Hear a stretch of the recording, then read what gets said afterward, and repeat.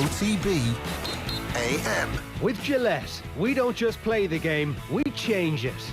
Gillette, made of what matters.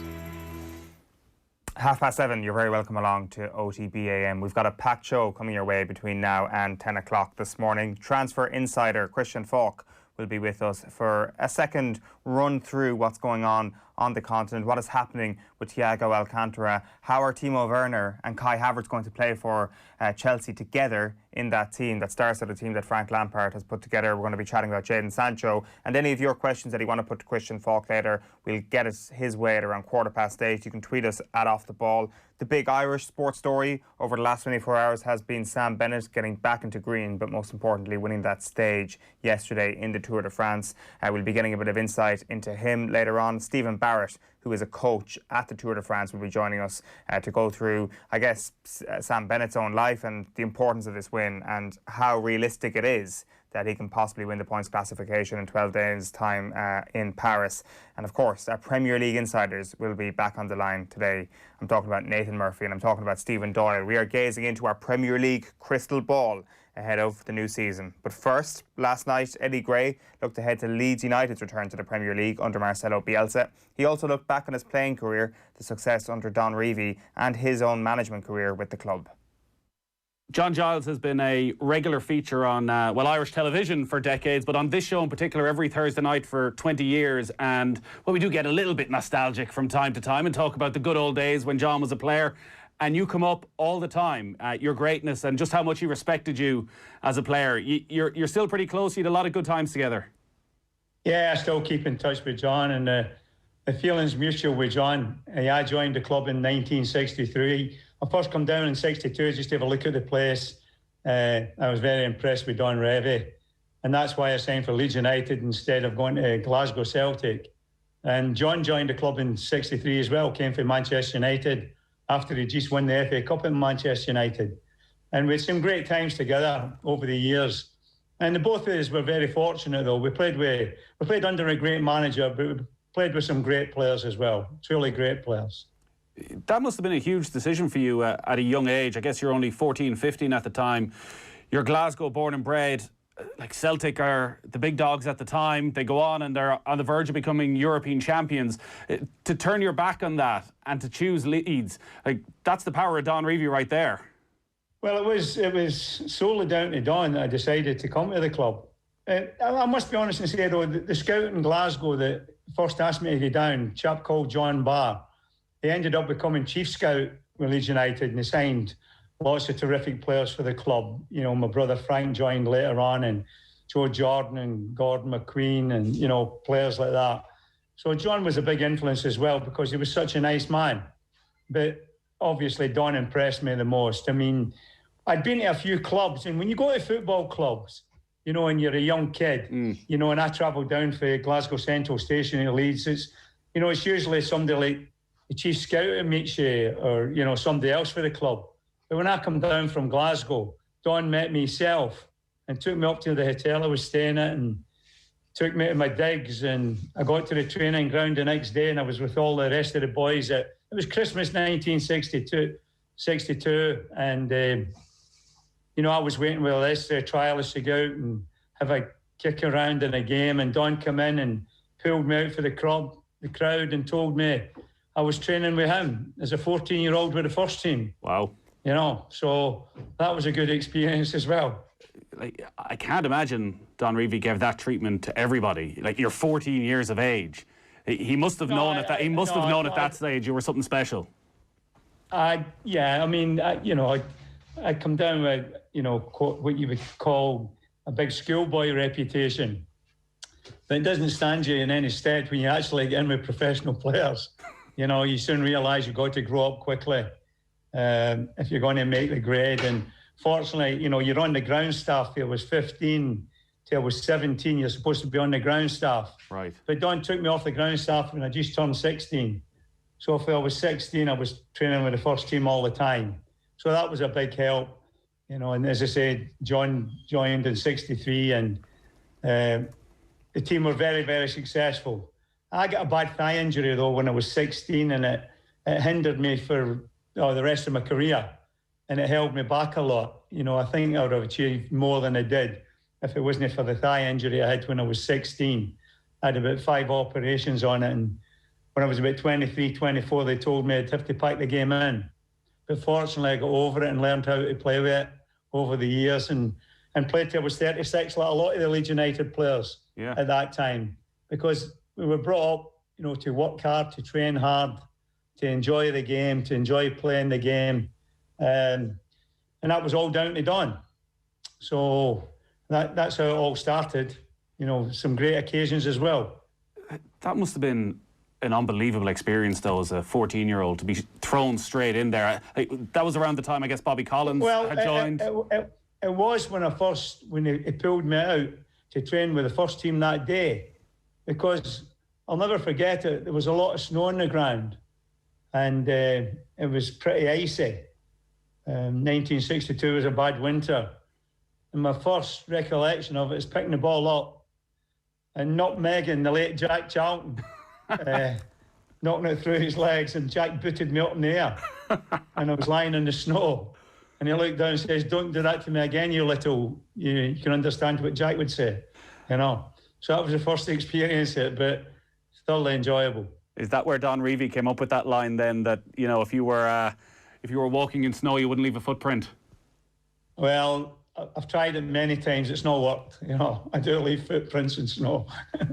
What was it like then in the years after that, as you're starting to think about making your debut? Because like John would talk about that period, and he would have felt he was a young player at sort of 22, 23 in that dressing room, and looking up to somebody of the likes of Bobby Collins, who he would always bring out as the player who changed the culture. Like as a teenager going into that dressing room, do you just sit there quietly and go about your business, or did you feel actually you were able to let your personality out? I don't think you can actually think like that as a young player, or if you're any age.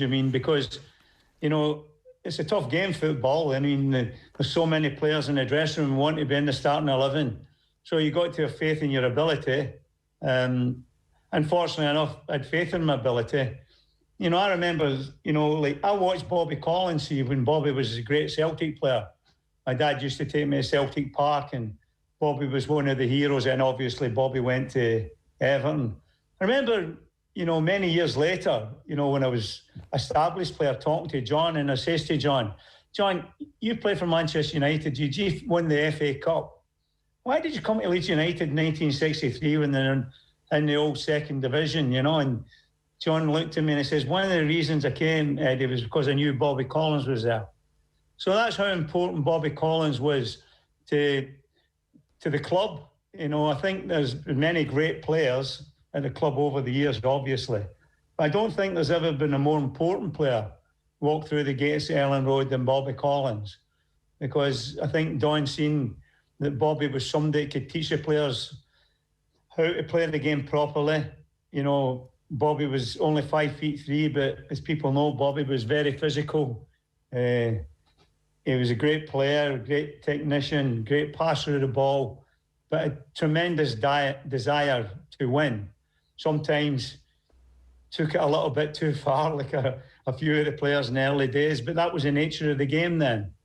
So when you joined the club, you soon realised that you had to grow up quickly if you wanted to be a player at that level. And fortunately enough, it was, with the players that I was surrounded by and watching them and learning through them, you soon got to think to yourself, well, this is the way it's got to be. You've got to work hard. You've got to have confidence in your ability. Don always says to us as young players when we walk through the door, throughout your career, always think of the 3 C's. And these 3 C's were confidence in your ability, concentration level to play for 90 minutes, and the courage to use your ability when you go out and play. And that always stood the young players at Leeds in good stead. It really does seem like they were wise words, because you talk about the height there of Bobby Collins, and you think then of the great Leeds central midfield of John Giles and Billy Bremner, tough as nails, but not the biggest men, but they had the courage of their convictions. And also as a winger, like a tricky player, that actually he let you express that. That's the thing about football, I'd never played wing in my life till I came to Leeds. I mean, I'd never played as a left winger in my life. Where'd you play? I used to play the old number 6 halfback. I always wore the number 6 when I played with the Glasgow and the Scottish schoolboys. And when I made my debut for Leeds in the early games when I played, and I was fortunate to get in the team because Bobby got injured in Turin, and I made my debut when I was 17. And I played midfield. I played midfield that day.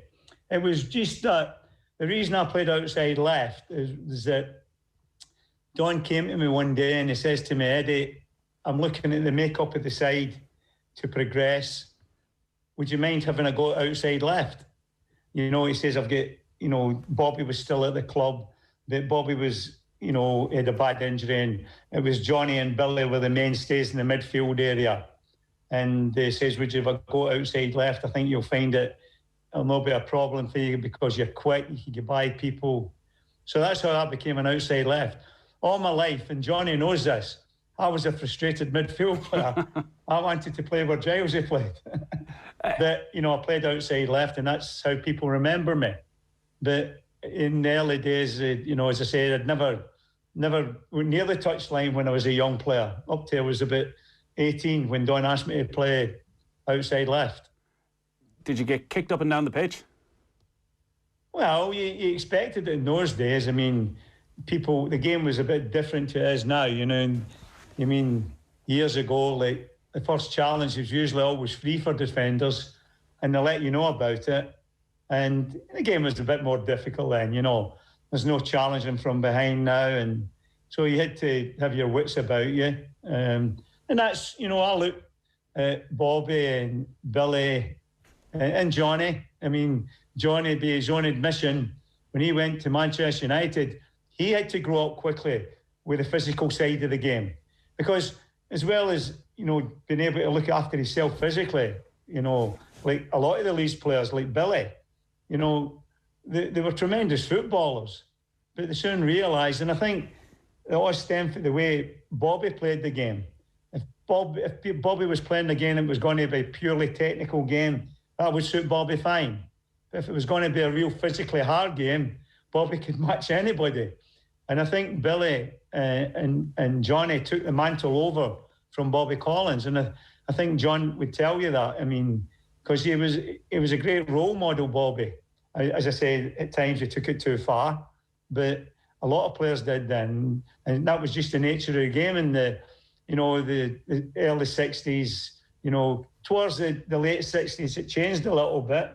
And we probably changed a little bit as well. And the club's approach to the game.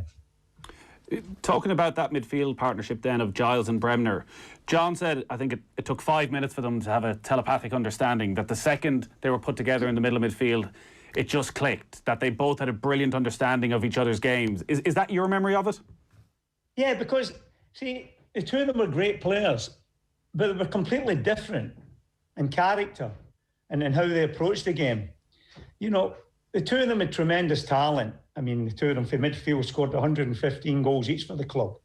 But, Billy was different for John in the sense that if we went a goal down or it was nothing each, Billy would forget his midfield duties. He'd be off.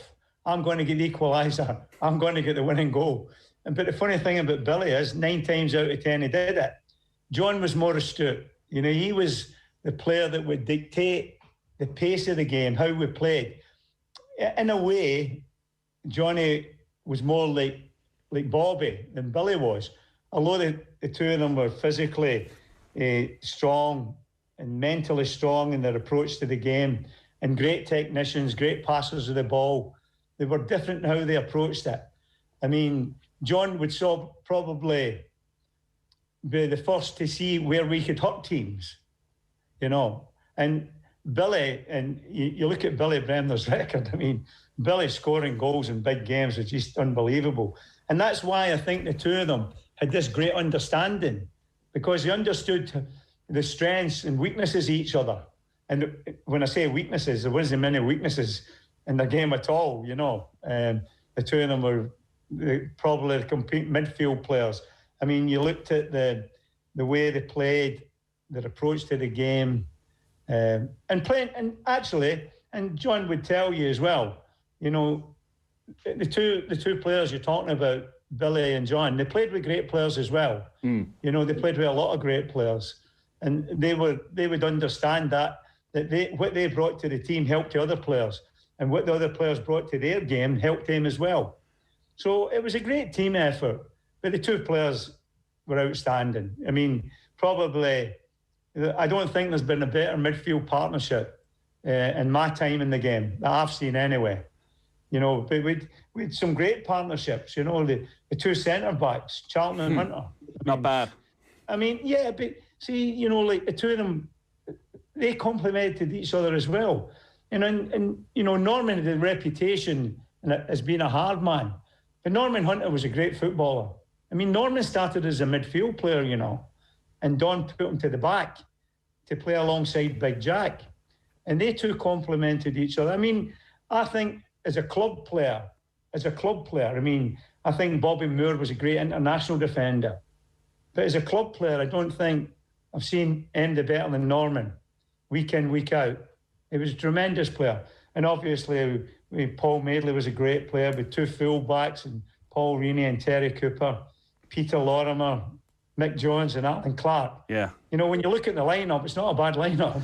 Yeah, and the great thing about having had John on the show is that that was an era of so many memorable teams, whether it was United with Best and Charlton, the Liverpool side that was emerging under Shankly, that great Celtic team. But I think Irish people probably know more about that Leeds side because of John than they do of any of those teams, and those names roll off the tongue, those names that you talk about. But the one man that actually we know little about from that time at Leeds is actually John Giles, because when he picks his all-time Leeds 11, he doesn't include himself. He'll talk about yourself, he'll talk about Billy Bremner. You might just give us what John Giles was like in 66, 67, 68, as both on the pitch and off the pitch.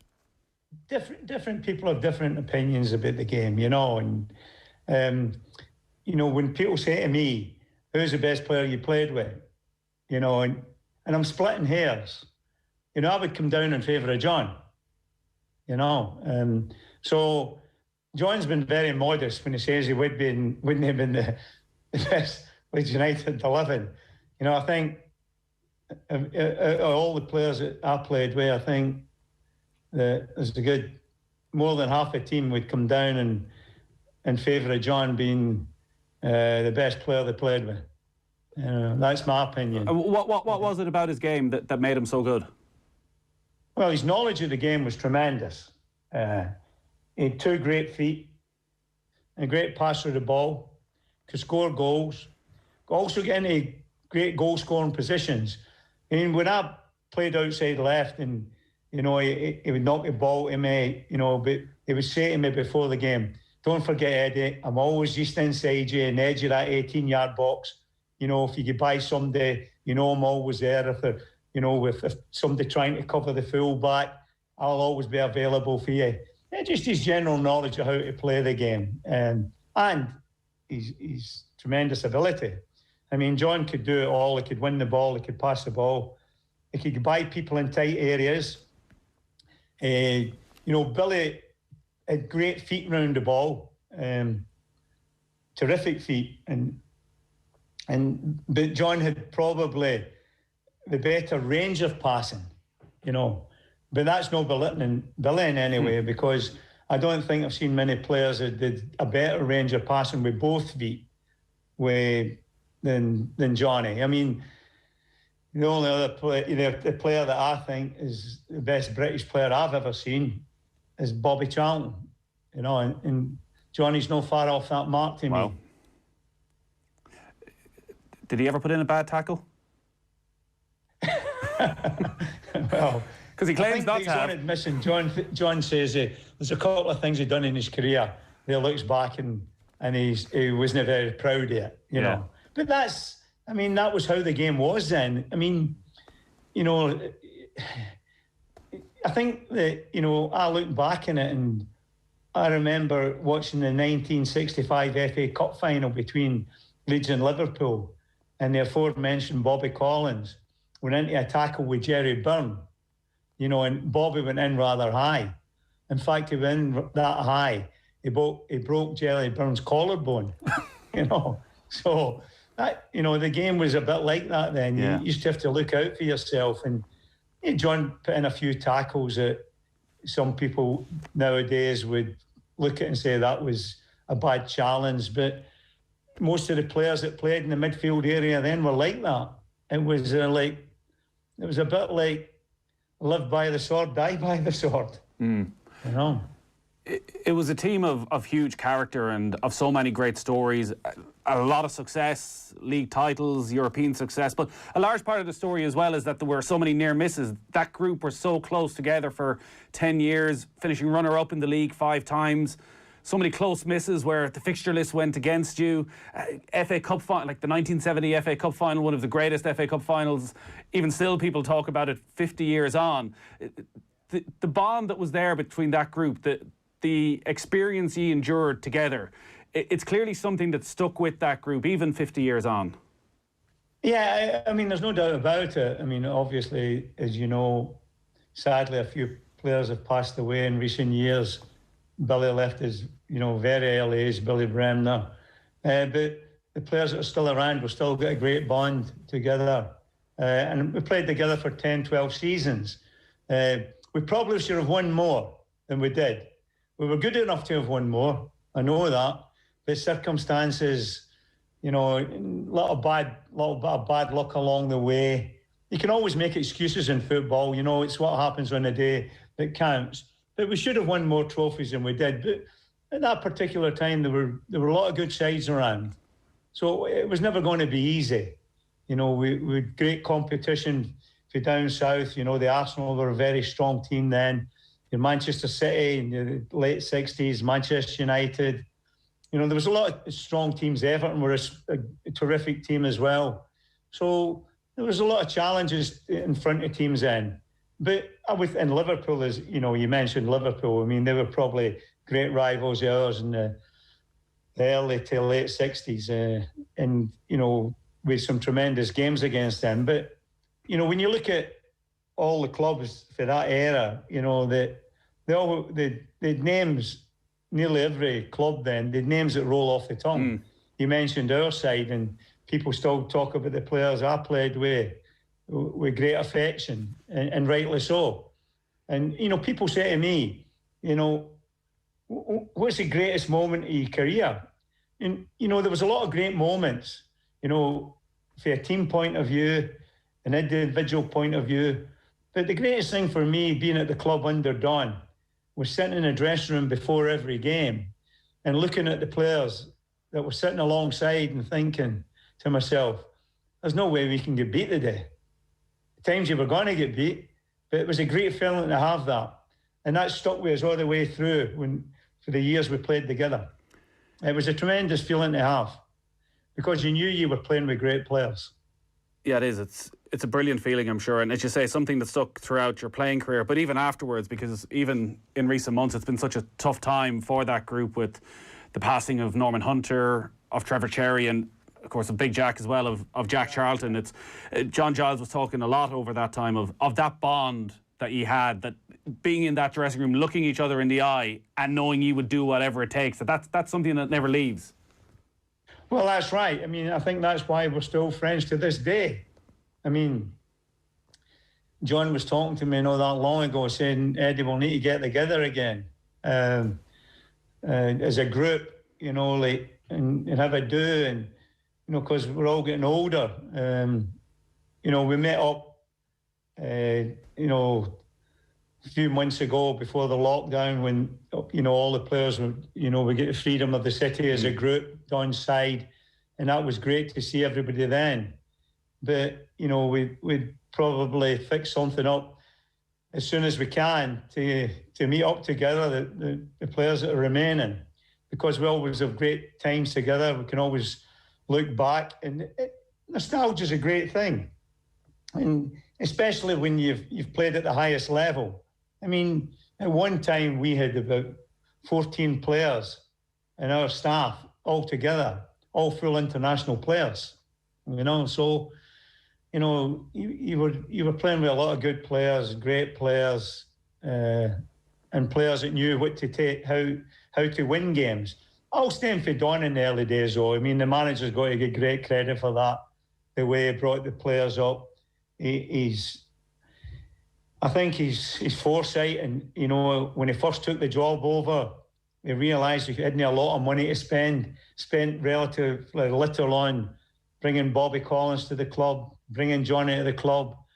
And he concentrated then on trying to bring the best schoolboy players he could to Ellen Road. And a lot of us grew up together if we were aged 15, 16. I mean, we talk about Billy. Billy joined the club when he was a 15-year-old. Billy was a bit older than me, obviously.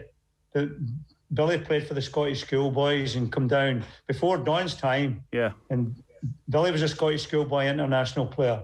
So the club had, you know, a great reputation for getting a lot of good young players. I mean, my brother Frank was 7 years younger than me. I wanted Frank to join Glasgow Celtic, you know, when he was going to become a player. He was a ball boy at Celtic Park, and my dad was still living then, and he wanted to see Frank playing with the Celtic. But John Barr, the scout that took me down, invited Frank down for a weekend, and Frank joined the club. And not through any pushing for me. You know, he just made his own mind up. I think it must have stemmed back to the day I made my debut for the club against Sheffield Wednesday on New Year's Day, 1966, because Don never told me that I was playing till the morning of the game. So my mum and dad couldn't be there. But it just so happened it was school holidays, and Frank was down staying with me as a young lad in my digs, and he was the only member in my family that was at the game. So he seen my debut. I was lucky enough to score my debut against Sheffield. We beat them 3-0 at Ellen Road. Great. So I think that stuck in Frank's mind as well. And obviously after I came, you know, I came down with my best friend, Jimmy Lumsden from Glasgow. Jimmy and I played with the Glasgow schoolboys together. We're still friends to this day. I mean, Jimmy moved on. And Jimmy ended up coaching at Celtic Park, you know, under Big Billy McNeil, and coached assistant manager to Davy Moyes and with Everton and Manchester United. So the 2 years when we left Glasgow when we were 15, we grew up in the same area, you know, with a long time in the game. You know, and after I came to the club, obviously Joe Jordan came, Gordon McQueen. Players went on to make great names for themselves, but starting at Leeds United as young players. And it happened for a lot of young players that came to the club under Don. Obviously, a huge sadness in this country last month when the news came through of Jack Charlton's passing.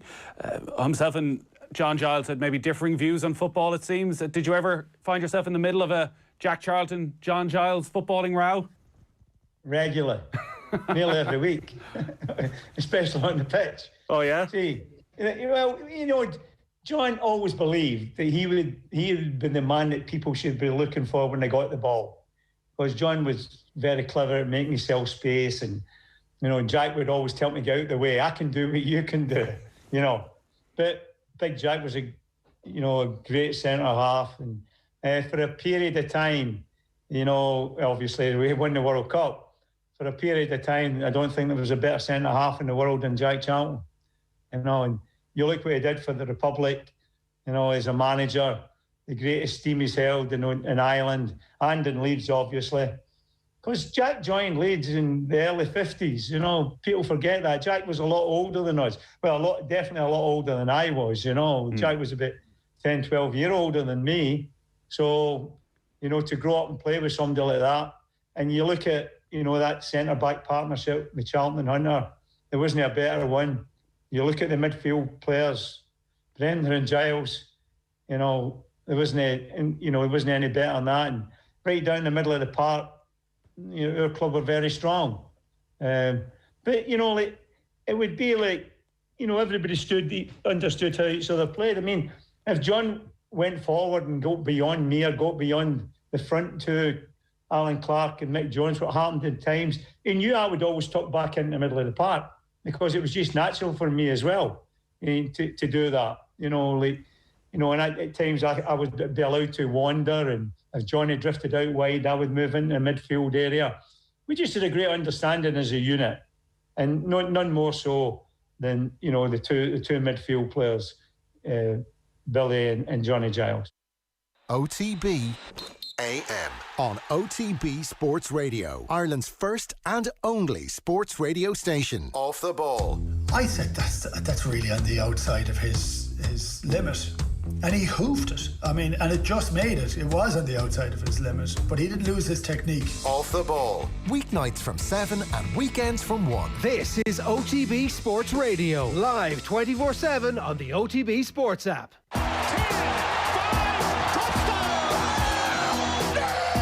Brady and Belichick have been at the forefront of the credit in New England for the last 20 years.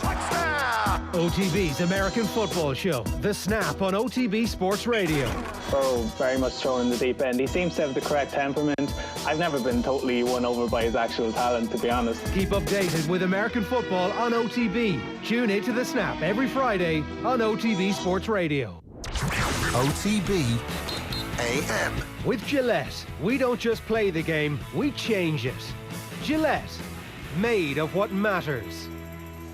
It's 8:01. You're welcome back to OTB AM. Eoin and Ger with you right the way through until 10 o'clock this morning. And if you're just joining us, you have missed that Eddie Gray conversation with Nathan Murphy from last night's football show. The full piece available now on the OTB Sports app, where you can watch it back on youtube.com/offtheball. Nathan will be back with us later alongside Stephen Doyle, because we will be gazing into our Premier League crystal ball ahead of the brand new season. We're also going to have Christian Falk with us in about 15 minutes to run the rule over a few transfers. What is happening with Thiago Alcantara? What is happening with the Jadon Sancho move? Could he still be departing Borussia Dortmund? And he's also going to be telling us how the new German stars of Chelsea are going to line out this season. If you've got any questions for Christian, if you've got any questions for Nathan and Steve-O for our crystal ball, you can tweet us at Off The Ball or comment on the stream below. The big Irish story, though, this morning is around Sam Bennett. Won the stage yesterday in the Tour de France, is back in green. We're going to have Stephen Barrett with us later on, who's a coach with the AG Tour La Mondiale team, who are currently in the Tour de France as well at the moment. He'll be telling us a little bit about Bennett, telling us about what this means and about the legitimacy of him holding onto the green jersey before Paris in 11 days' time. But of course, for the morning, we are joined by OTB's chief sprinter, Ger Gilroy. How are you getting on? Owen, still jealous all these years later after I whooped you in the cycle. What is it, 18 months ago? It's I'm surprised you brought that up, but look, if that's where you want to go, let's go. There are Strava times from this summer as well when you killed everybody else. It's not jealousy, it is mere, it's just identification of talent. That's all it is. Facts. Rafa Benitez facts. Did you feel the urge to get out on the bike last night after watching that? Well, who doesn't? Here's the thing, right? We've heard that when Sam Bennett is back in Carrick, people swell the numbers of people who are cycling, and he's obviously a direct descendant from the geographical area of our greatest ever sprinter. Can't see it, can't be it. It becomes part of our parlance, but actually, it's really true. This has a knock-on impact for people who are interested in cycling, because you're shown. I'm taking out the phone and showing my kids the sprint yesterday, and they're like, "Oh, look what's going on!" So that's how it happens, and it's on TV all the time. So, of course, everybody wants to get out and ride their bike as fast as they possibly can. It's one of the most exciting things in world sport, that every day these bunch sprints happen where they risk their lives protected by a flimsy piece of whatever material that cloth is made from these days, and a helmet that really is not going to help you if you crash. Very little help, almost none. It might prevent a little bit of scraping, but it ain't going to protect your brain that much. And they are brave as all hell and strong as bulls. It's unbelievably exciting. And when you get Sam Bennett at a stage finish, it is even more exciting when you actually get to identify the finish line. When I guess you get to see him go up against some of the best people in the world, and to even say that suggests that Sam Bennett isn't one of the best in the world, because of course he is. When you see him going for the line beside Caleb Ewan and beside Peter Sagan yesterday as well, it's this incredible thing where for those few minutes leading up to the finish line, you're thinking to yourself, this is pretty weird that we're actually watching an Irish person who is one of the best in the world at his craft going up against the other best people in the world at that very same craft, and they're all in this together. It's, I don't know, there's not a whole pile of global sports that we actually get to, I guess, experience these moments in, to put it that way. And he's got the Ireland singlet on his jersey, and he's got the green and the orange in his helmet, and you get to see those, particularly in the bird's eye. You can make out which helmet is his. And so far in this tour, it's been watching those bird's eye and kind of going, oh, geez, he just got a little bit caught in there, just didn't have it at the end.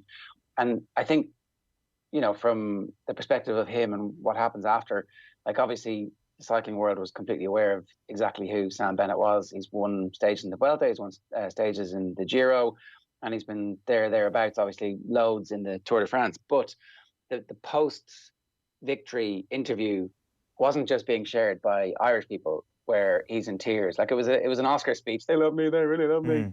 It was that level, and it was all those years of pain and hard work and sprinting up the hills of Waterford that pay off in this moment. And like he's still only 31, which for a sprinter is actually quite young. So I think you would hope that this victory, and if he can go on and get the green jersey, that it means a huge amount in terms of his bargaining power and his salary income for the next couple of years. Sagan obviously is an absolute all-time great in sprinting terms, and basic salary of about 5 million, and then you've got to assume loads more in endorsements too. So, hopefully this is the ticket to life-changing wealth from Sam Bennett's perspective as well. Bennett's 29. So, very, very young when it comes to the sprinting game. And, you mentioned Sagan there. Ireland-Slovakia is the rivalry of the next month. All our eyes are just on crushing Slovakia down to size, kind of owning them, destroying them. That's all we want for the next 12 days. And once Sam Bennett does the business, kills Peter Sagan down the home stretch of the Tour de France, then we can start focusing on Bratislava and Stephen Kenny and just doing the 1-2 punch over them. Never have Irish-Slovak relations been at a lower point is what I'm trying to say here, trying to stoke some rivalry here. Go for it. I mean, you were pretty good at stoking the English rivalry, although that one bit you in the ass. So maybe you want to think twice about this. We want to lavish praise on our Slovakian overlords and lull them into a false sense of security. It's not how I operate. Maybe you want to revisit that. I mean, Yara it is normally. So that's only for one specific element. But the one other thing we wanted to touch on this morning, what is it? The Daily Telegraph here. First 28 games of Top Flight to be shown live. The Premier League. If the assault on your senses this summer wasn't enough, the assault on your senses is coming right back from this very weekend. A last-minute attempt by everybody involved to get all these games on television this weekend has been successful. You cannot escape the Premier League from this weekend. Are people giving out about this?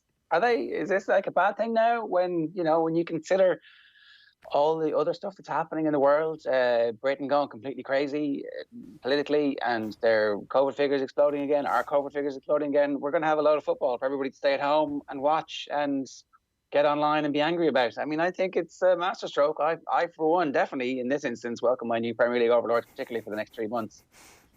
I think it's a really good thing. I'm ready for this again. No, I'm not waiting for a week and a half.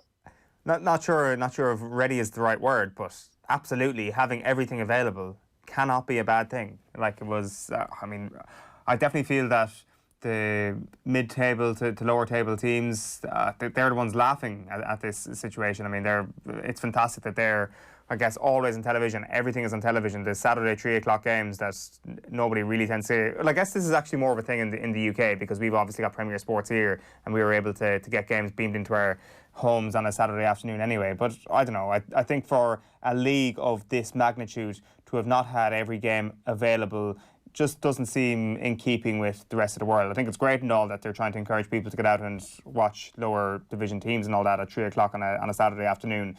But imagine if you said that the NFL games, if there was an NFL game that wasn't being televised or you couldn't actually watch live, NFL fans would say that's kind of ridiculous. So, well, they do. They do that. They black out in home cities if tickets aren't sold, and true. That's because America is so vast that you can actually have a local broadcaster who has the rights exclusively for the city of Cleveland, and if Cleveland don't sell their tickets, you can't watch that match until a certain number of tickets get sold, and then all of a sudden you can watch that game and all the other games. But we all know the internet is the easiest place to stream illegal content, and it happens. So the best way to stop that is to make everything available. It's like there was a time when everybody used to steal music. It was called Napster, and you would literally crawl onto somebody else's hard drive and copy all their music and put it on your hard drive, and then you would allow somebody else to crawl onto your hard drive and take whatever files they wanted. Essentially, you were hoping it was just music and video, and then they would take that onto theirs, and all of a sudden the whole world had everything available to them. Spotify came along and went, why don't we just make this really easy? Pay us a certain amount of money every month, and you can have any song you want. And everybody stopped doing that.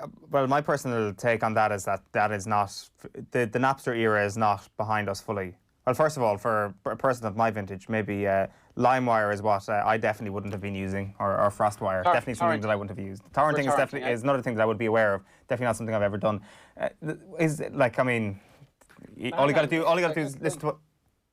Everybody torrented stuff that you would only get first in America. So, The Sopranos is a bad example, but something that came out in the mid-noughties where it would break first in American TV.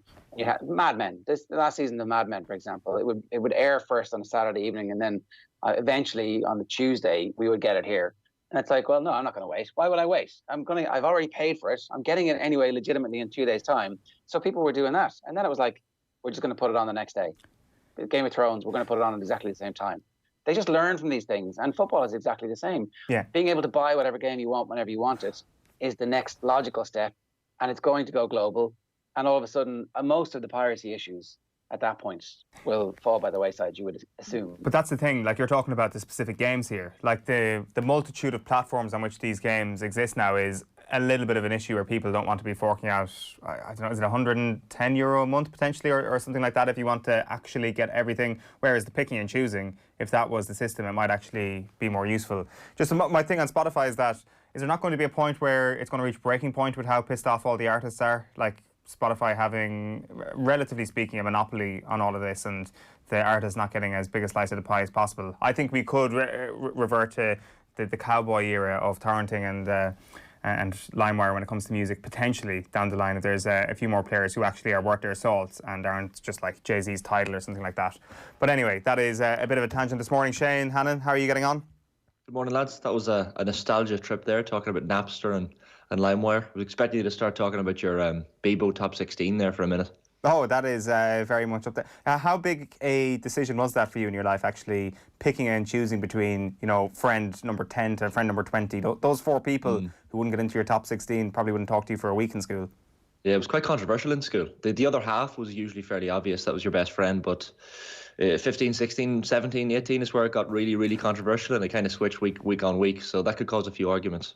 And also as well, who you would share your love with on a daily basis. You only got one love to share. Who was going to get that on a daily basis? And I think they increased the number of loves you could give every day as well, didn't they, at one stage? So that made it a little bit easier. That was only on Valentine's Day. Yeah, exactly. Very heteronormative. Yeah, it was great. I think that's a hugely positive thing. What's going on this morning, Shane? Yeah, we'll have to start with the Sam Bennett news from yesterday. After completing his collection of Grand Tour stage wins, Sam Bennett is back on the road today. The 11th stage of that Tour de France takes the peloton on a 167-kilometre trek into Poitiers. It's the same town where Bennett's fellow Carrick-on-Shire native Sean Kelly won his first Tour stage in 1978. Bennett holds a 24-point lead over Peter Sagan in the race for that green jersey. Primož Roglic wears the overall leader's yellow jersey. Owen Farrell will be missing for Saracens when they face Leinster in the Heineken Champions Cup quarter-finals. The out-half has been banned for 5 matches for a dangerous tackle on Wasps' Charlie Atkinson. Farrell will be back in action by the time England resume their Six Nations campaign. Meanwhile, Leinster head coach Leo Cullen is considering resting Johnny Sexton for Saturday's Pro 14 final against Ulster. That's according to the Irish Independent this morning. Ross Byrne looks set to slot in to the number 10 slot. Some soccer this morning as well. Shane Duffy feels he's made the right move in joining Celtic. The Republic of Ireland defender has signed on loan from Brighton. Duffy says he needs game time. I'm in a difficult stage in my career where I haven't played a lot in the last year, so I had to make the right choice, and I feel like I'm at a good age to come here, and something I wanted to do all my career really is play for Celtic, and I wanted to come here when I'm at a good age. Jack Grealish says he was emotional in making his England debut last night. The former Irish under-21 international was sprung from the bench in a scoreless draw away to Denmark, a putrid scoreless draw, it has to be said. Wasted 90 minutes watching that. Grealish says his first cap could have been even better if he had the confidence he has when playing for his club. I'm a bit gutted, to be honest, because when I went on that little run, I think I should have pulled the trigger. But I think sometimes here you probably, well, I did anyway. I didn't want to look too selfish, and I've tried to obviously cross it where I probably could have pulled the trigger. But it was my first game, and I was happy with how I done. Elsewhere, Cristiano Ronaldo scored his 100th and 101st international goals as Portugal beat Sweden by 2-0. Ronaldo became the first European player to score an international century. Manchester City winger Kevin De Bruyne marked being named Player of the Year by the PFA with an assist for Belgium. He set up the third goal in their 5-1 victory over Iceland in the Nations League. Liverpool defender Trent Alexander-Arnold played the majority of England's draw in Denmark after winning the Young Player Prize earlier in the day. Manchester United forward Marcus Rashford wasn't involved but has received a merit award for his work with child food poverty, while Jordan Henderson is one of 5 Liverpool players in the Team of the Year, having guided them to the Premier League title. The Irish under-21s received a timely boost to their European Championship qualification hopes. Italy were beaten 3-0 away to Sweden last night. Jim Crawford's side lead Italy by 3 points, with the sides set to meet next month. And to tennis, Alexander Zverev is through to the semi-finals of the US Open. The German 5th seed came from a set down to beat Borna Coric in New York. He'll face Pablo Carrera Busta in the last 4 after the Spaniard beat Denis Shapovalov in 5 sets. In the women's draw, Naomi Osaka cruised through to the semis with a victory over Shelby Rogers. She'll next play American Jennifer Brady, who beat Yulia Putintseva. The US Open semi-final lineup will be completed later. Serena Williams goes up against the unseeded Svetlana Pirankova. The Bulgarian hadn't played a professional match in over 3 years prior to last week. And meanwhile, last year's beaten finalist Victoria Azarenka plays Elise Mertens. Men's 3rd seed Daniil Medvedev faces fellow Russian Andrei Rublev, and 2nd seed Dominic Thiem locks horns with Alex de Minaur. And finally, the Miami Heat reached the Eastern Conference final of the NBA for the first time since 2014 with a 4-1 series win over the Milwaukee Bucks in Florida. The Heat, who have not reached the Eastern Finals since being led by LeBron James and Dwayne Wade 6 years ago, won last night 103 points to 94. The Florida side will now play reigning champions, the Toronto Raptors or the Boston Celtics, in the Eastern Conference final. The Celtics lead the series 3-2, needing one more win to progress. LeBron, meanwhile, scored 36 points for the LA Lakers as they took a 2-1 lead over the Houston Rockets.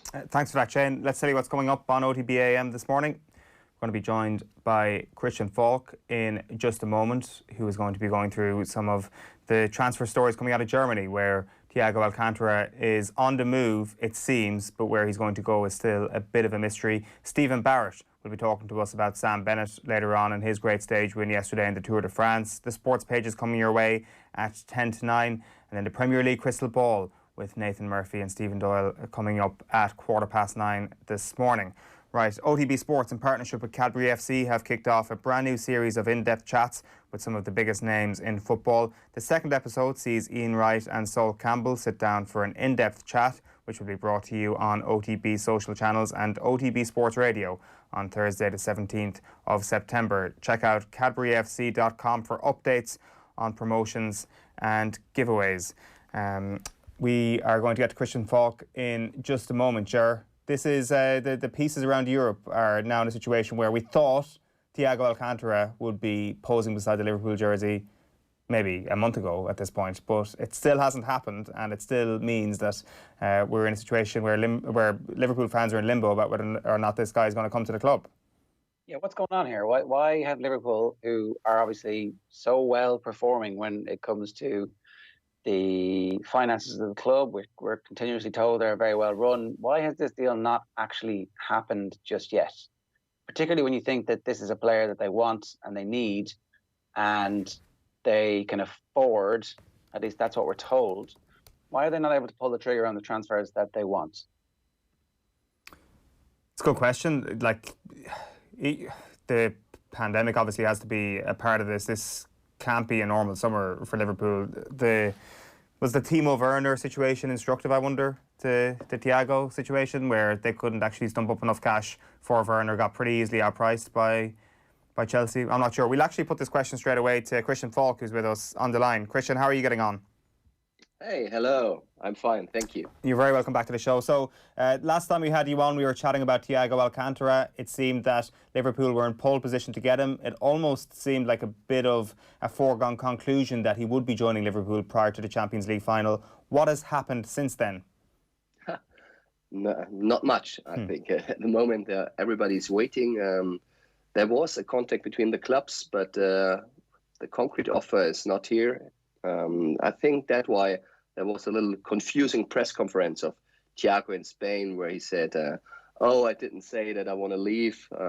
I think he meant the media, because in the club the people were very irritated because he told the manager, he told the board So perhaps it was kind of saying help, getting on with a contract and getting on with the offers. I'm waiting. I'm here in holiday. Because yesterday at Bayern Munich, there were the COVID tests, so the team is close to start the training. He has an extra holiday. The manager allowed it, but that won't take ages. So then he had to come back and had to train with the team. And I think that's not his idea. So the move to Liverpool was something that we thought, it was almost like a strange situation, Christian, where this guy was shining in the Champions League, was going to perform in a Champions League final. And yet we were talking about this thing as if Liverpool had all the cards in their hand. And it seems that has changed a little bit. Is there an issue here where Liverpool perhaps don't have the financial spending power to be able to get this thing done? Because as soon as there was going to be another player in the market here, they would find themselves in a battle. You know, I think Liverpool is waiting for the money they get from transfers. You know, they're talking with Wijnaldum and they're talking with Barcelona about a transfer. They don't know if he will stay or if he will go. It's the same situation at Bayern Munich. They didn't make an offer for any other players because they just wait till they know how much is the fee for Thiago, what can we spend. So it's in Germany you say it's like a domino game. You know, one stone has to fall and the others will follow. So that's the situation of Thiago. But Liverpool has to see that there are other clubs interested. You know, there's a little interest of United. There's nothing concrete at the moment, but interest. And there's also interest of Barcelona, which is growing. We heard the manager Koeman is not so keen on Thiago, but the board is thinking about getting him back. He is from Barcelona. He is a player which identifies the tiki-taka. He moved away because there was Xavi, there was Iniesta, but his guys are not there anymore, and he would be a perfect solution on this position. You know, he's the number 10 at the Spain team. So if they don't move on, perhaps it's like Werner when they hesitate too long and then he go to Chelsea. Right. So is this a like-for-like situation where another Premier League club could come in? I mean, the Barcelona link is obviously credible for the reasons that you outlined there. There has been talk of Manchester United potentially getting involved with Thiago Alcantara. It's probably not going to happen with the Donny van de Beek signing, you'd imagine. It surely can't get to that level, but it does seem that Liverpool are about to get gazumped here, or at least there is a chance of that happening. I'm not sure. Bayern Munich knows about there's a little interest, but you said it already. United done a transfer. Thiago is not the same player. I think he can play more offensive, but it's also spending money is not so easy in this time. So I don't know how much money United like to spend. You know, they have problems to buy Sancho. So I don't know if they have so much money to pay it for another defense midfield player. But you never know. He wants to know a new challenge. It would be very, very hard for Thiago to come back. And he said goodbye to so many players and employees of the club. And he's a very, very proud person. So I don't know what will happen if Liverpool don't move. Okay, so sorry, go on, Ger. Christian, last week there were two big stories around the Premier League and their finances, the funding from China and that dispute that was there, and then also the amount of money that they're going to lose from game day revenue for the next year. It takes roughly €1 billion out of circulation around football in Europe. Are we seeing an immediate knock-on impact, or was that already budgeted into teams' transfer activities in this summer, do you think? No, I think they count on this money, and I heard they're talking, and it will be a solution. But you know, it's more harder for the Premier League than in Germany. You know, we don't get so much money from China, so I think they need the money. But I think Thiago is not a player which is so expensive that it depends on such things. I think it's just a question of how will the team look like next year. And Jurgen Klopp needs a player like him, especially when Wijnaldum is going away. So I think the problem of everybody is now that the league is starting very soon, and the transfer window, you say, is till October the 5th. So they have a lot of time for poker games, and you know, people and players are getting cheaper when time is running So they have to wait. I wondered if that had an impact on the Sancho deal, for example, and the amount of money, as you said, that Manchester United either do have or don't have at the moment. There have been rumours on the internet, and I'm loath to bring them up, but a section of Sancho's contract apparently was due to pay him extra money if he made a certain number of appearances for England, and he was holding on until that had been realised. So the story goes. Do you know, is there any truth to that, or what's the very latest on the Sancho situation? About this rumours to be true, I don't know, but I think the Sancho situation is completely different. He extended the contract 1 year more secretly, so the price next year will be the same like it would have been without this extension. So Dortmund don't want to lose him. That's a different situation like Thiago and Bayern Munich, because Bayern Munich has two good players, Goretzka and Kimmich, two German national players, which fits very good together in this season. So they don't need Thiago to play the game. But Sancho is very, very important for Dortmund if they want to win the championship in Germany. So they can get the money next year also. You don't know what happened with Corona. The prices are going high, perhaps. So if United want the player now, they have to pay the price, because the bosses said, we want this money, and if they want the player, they will get the money. And they don't get any substitutes for Sancho at the moment on the market. So I think there will just something happen if United is playing the 120 million euros. Of course, Manchester United have had recent form of trying to play a bit of poker in the transfer market and then eventually giving in to the club that want a lot of money. I mean, it happened with the Harry Maguire saga. We talk about a Manchester United tax all the time on this show. In your head, what is the percentage chance that Manchester United are like, go on, take it, 120 million for Jadon Sancho, give us our player? In percent?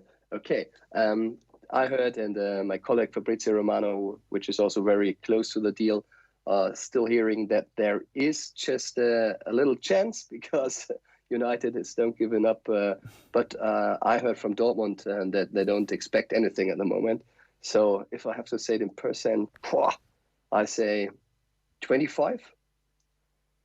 That should give Manchester United fans a bit of hope this morning. Like, I'm not sure if you'd call it persistence, or would you call it I don't know, a history of slight stupidity, what Manchester United do and the situation. I think in the Jadon Sancho situation, it wouldn't be a stupidity whatsoever. You will get value for your money. It's any other summer really, Christian. I think it probably would have been normalised that Manchester United would have paid the 120 million. It does seem that this is just a very 2020 specific case. Yeah, and this Corona thing hit every club in the world, and it's a lot of money, but it's not only a question of money, it's a question about how people think, the fans, the supporters, when clubs spend so much money in these times. I know it's a really, really big problem at Real Madrid. The Spanish people wouldn't accept if Real Madrid would do such a big transfer in this year, like Kai Havertz, for example. They were interested, but they can't do it this year. So they're saying no. The people would not be so happy if they don't have money, if they lose their jobs, and everybody has problems and we do such crazy things. That's why I think it's also a little bit of a problem of Sancho. And next year, I think things can be different. The situation of Sancho would be the same. The contract would be quite the same. And the price, of course, would be also the same. So I think in this year, I agree, Sancho would have already moved to Manchester because he has an agreement with the club. But in this year, everything is different. So we have to see. Just one last one on the Thiago situation. Like, there must be a serious frustration if you're Jurgen Klopp this summer, seeing Timo Werner go from your grasp. Now, fair enough that what's happened financially in the world this summer is the reason for that, and that's okay. But Thiago Alcantara was supposed to be the antithesis to the big spending, the kind of example that you can still get value in the transfer market. And I think Thiago Alcantara, no matter where he's going to go, even if he stays in Bayern Munich, as unlikely as that is, will show that the 30 to 40 million pounds transfer tag on him would have been a steal, Christian, and like any year that you would have got that fee, it would have been a bargain for a player of his quality and his position and the amount of games that he would likely have played for Liverpool this season. there has to be a little bit of the way Jurgen Klopp is thinking at the moment that incites a bit of frustration in the man. Yes, that could be. Indeed, it was a little bit like that at the Werner deal.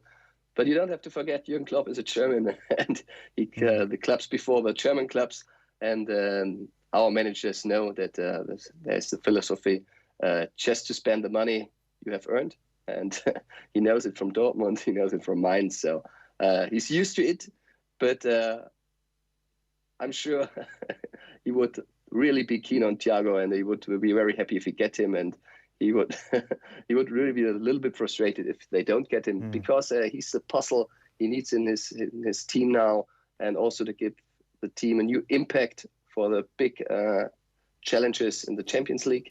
But at the end, he would accept it. Can you maybe explain to us a little bit, as somebody who's seen Timo Werner and Kai Havertz play separately, how do you think they're actually going to work together, and in what constellation, what kind of formation would suit them, so that both their talents can be actualized properly by Frank Lampard?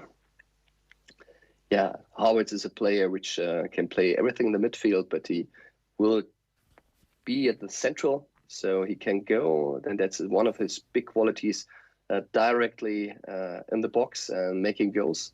So I heard that Werner now can imagine to play also on the wings, to give him the space. It was the plan that he played in the first row. He scored in the first match, so it's a fine position for him. But he's also a player which can come from the back of the pitch. So perhaps we'll see him on the wings because of Havertz also, so he can move. He's used to play in Leipzig with one player before him, that was Paulsen.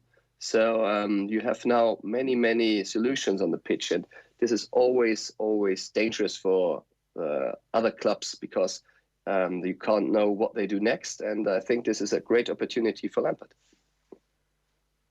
So you think they're perfect for each other?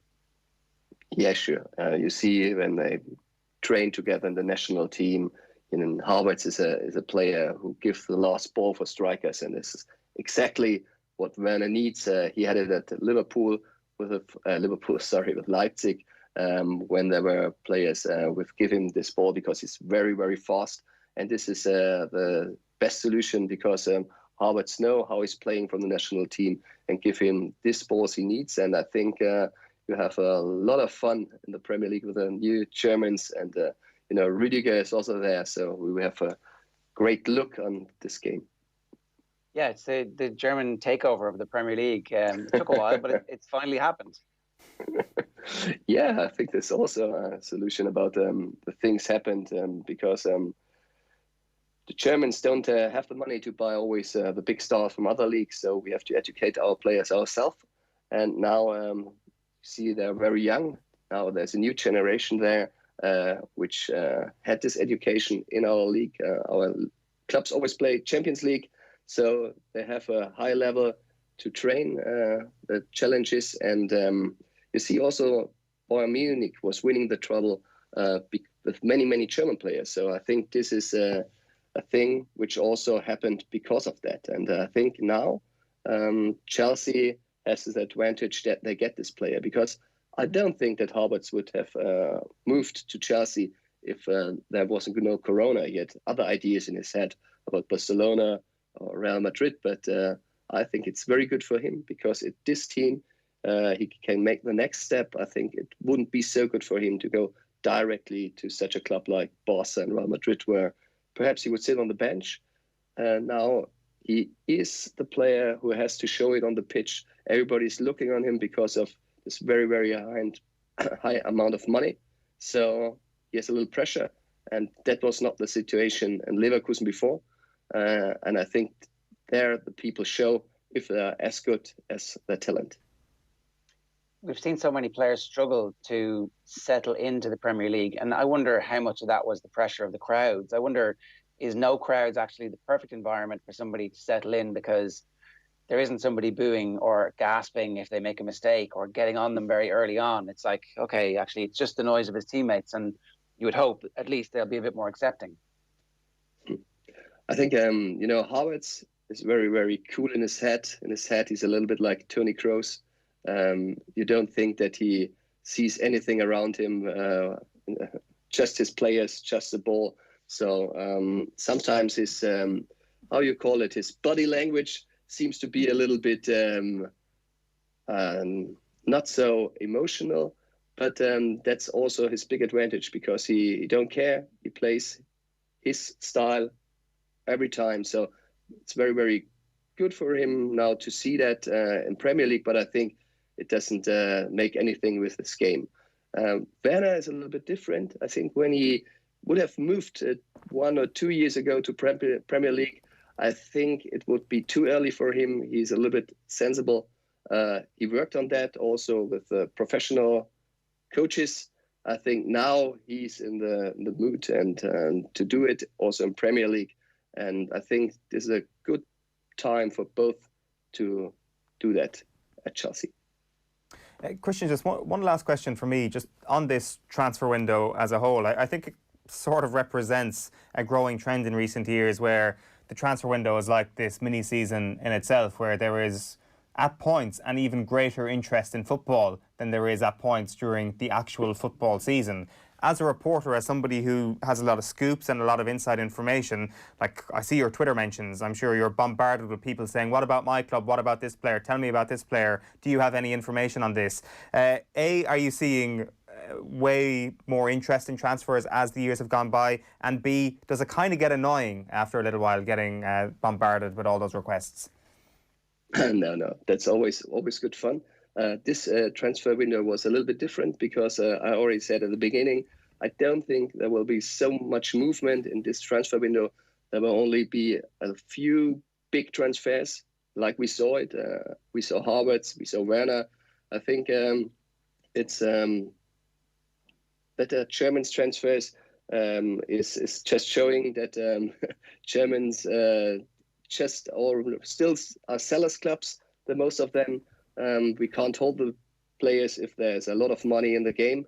But you see behind this player, there's not so much movement. And that's why I don't think so many things will happen at the end of this window like it is and it was at the last years. And Real Madrid was coming and made the last offer the last days and put the money in. So I think we have to concentrate now to see what Thiago will happen. And perhaps after that, it can be a little bit quiet on the transfer market. I hope United is doing something so that we have to report more. And sorry, I just meant to ask as well, just to get a percentage chance on Thiago to Liverpool. That's totally difficult because I have to hear what the manager says in 1 hour now. After that, we can have a new percent. We will ask him how long the holiday will be. But I say it's 80%. 80% to Liverpool, right. Okay. Very good. Because I think the manager will say that he will want a percentage from Christian Falk, and he might not even know as much as you do. So we'll see. Thanks a million, Christian. Great to chat to you again. Yeah, thank you.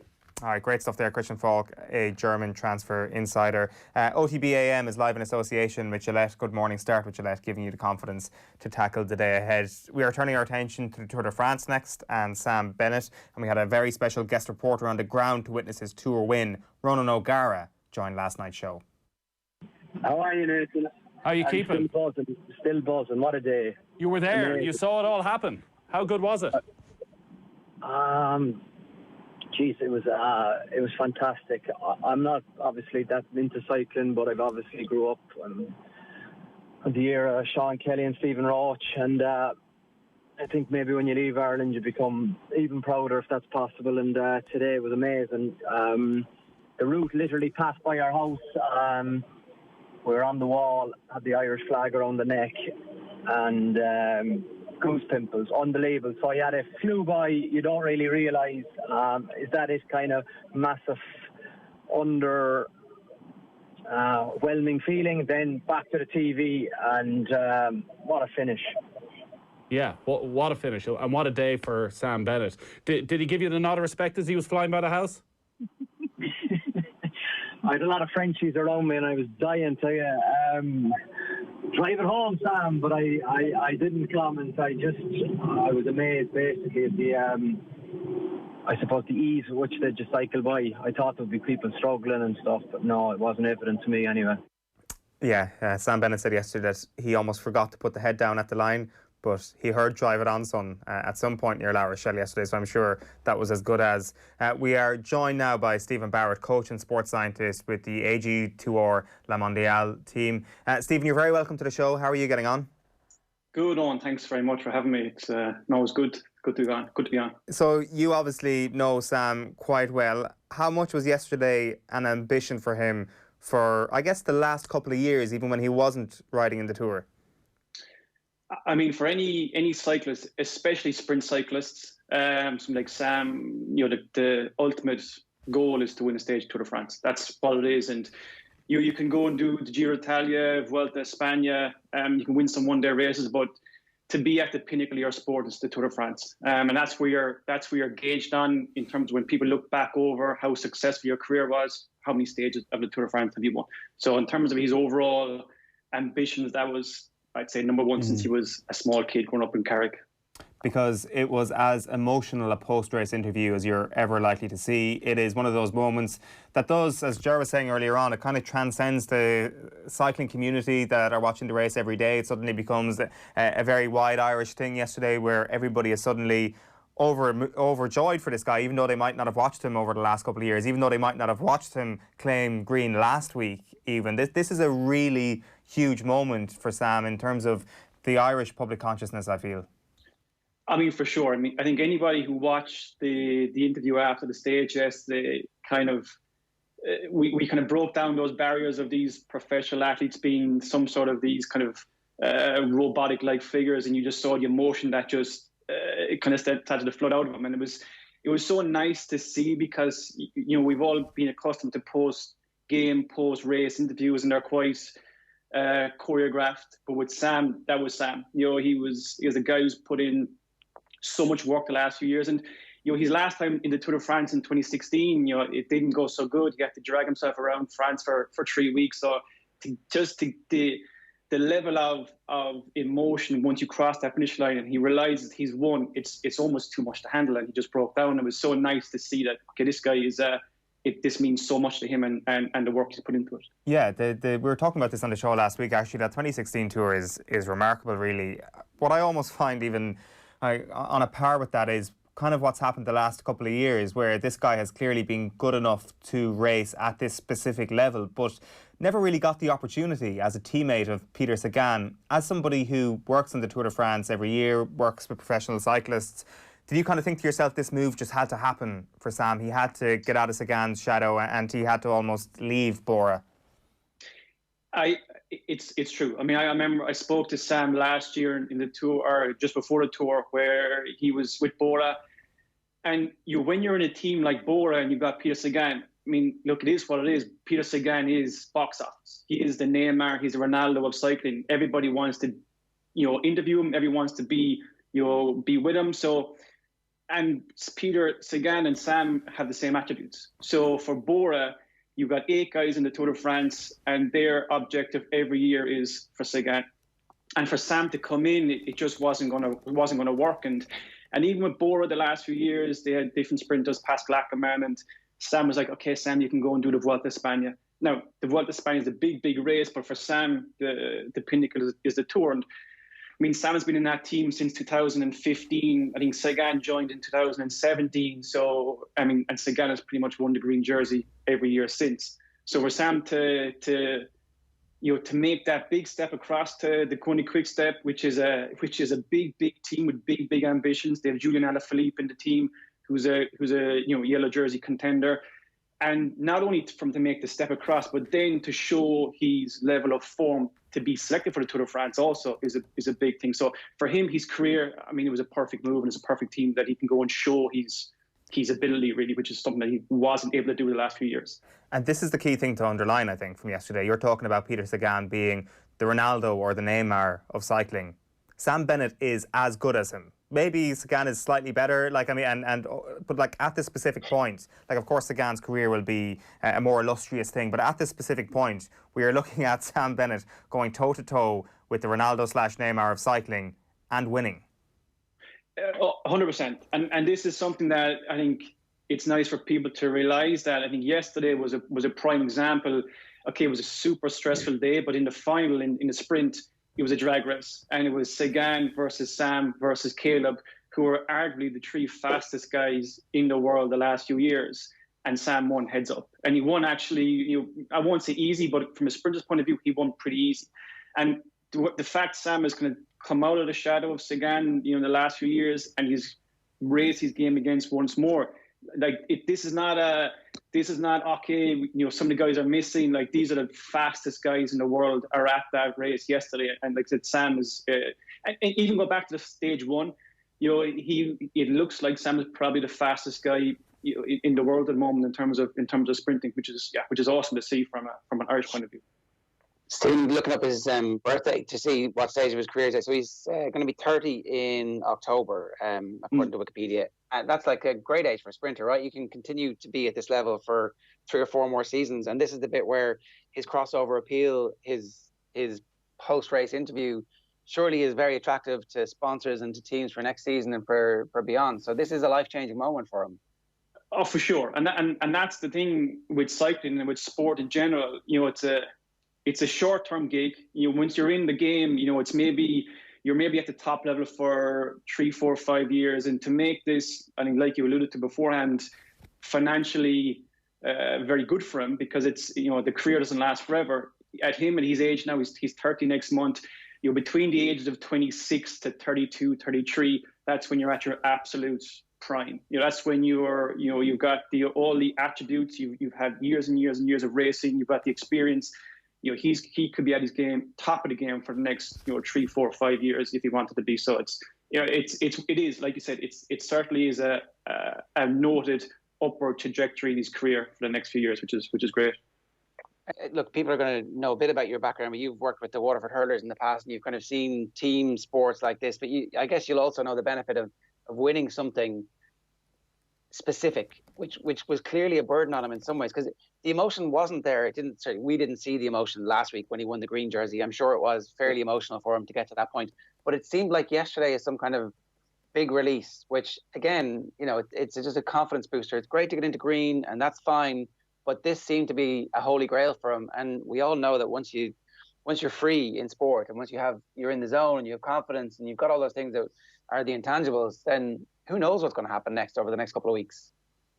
I mean, this is true, because it's like you said, he was in the green jersey last week, and we didn't see that outpouring of emotion, because you kind of get into green jersey by accumulating points. And sprinters and athletes, they crave that feeling of winning. And there's nothing can compare with what Sam did yesterday when he went shoulder to shoulder with the guys. Like I said, it was a really stressful day. It's not just a case of he was there with 500 meters to go and he sprinted. That's a whole day of left, right, roundabouts. There was so many crashes yesterday. There was crosswinds. It was insane, and just the amount of mini pieces of stress that he experienced all over the day to go and win that race was it's incredible. So in terms of green jersey versus stage wins, if you ask Sam beforehand, for sure he says, I want to win the stage. What's good for us now as spectators is he has that, box ticked from a stage win, and now he's got to kind of switch tact a little bit now in the next kind of couple of weeks, and okay, now it's time to go win a green jersey. And the cherry on the cake really is try to win a sprint on the Champs-Élysées on the last day, which again is, it's the pinnacle of the Tour de France if you can win on the Champs-Élysées. Does the sprint tend to go down to the Champs-Élysées? Obviously the GC Always. Doesn't. Right, okay. Sorry, I didn't realise that. Yes. Yeah, so basically the last day is a bit of a procession. So normally like the GC will be finalised on the day before Champs-Élysées. Yeah. So the day before is the time trial. And on the last day, that's when you see people drinking champagne. They go back to the team car. They start to have some photographs. So it's the first hour is like really, like I said, you'll see guys drinking champagne and stuff, which is maybe a bit unusual. But then with about an hour and a half to go, it switches to race mode, and it's always a sprint. It's never not been a sprint. So last year, there's a few famous shots of sprinting up the Champs-Élysées. Last year, Caleb Eoin won it, but to top off a Tour de France with a win on the Champs Elysees, it would be it's incredible. But it will be a sprint finish for sure on Champs Elysees. Is he very much firmly in pole position now, in your opinion?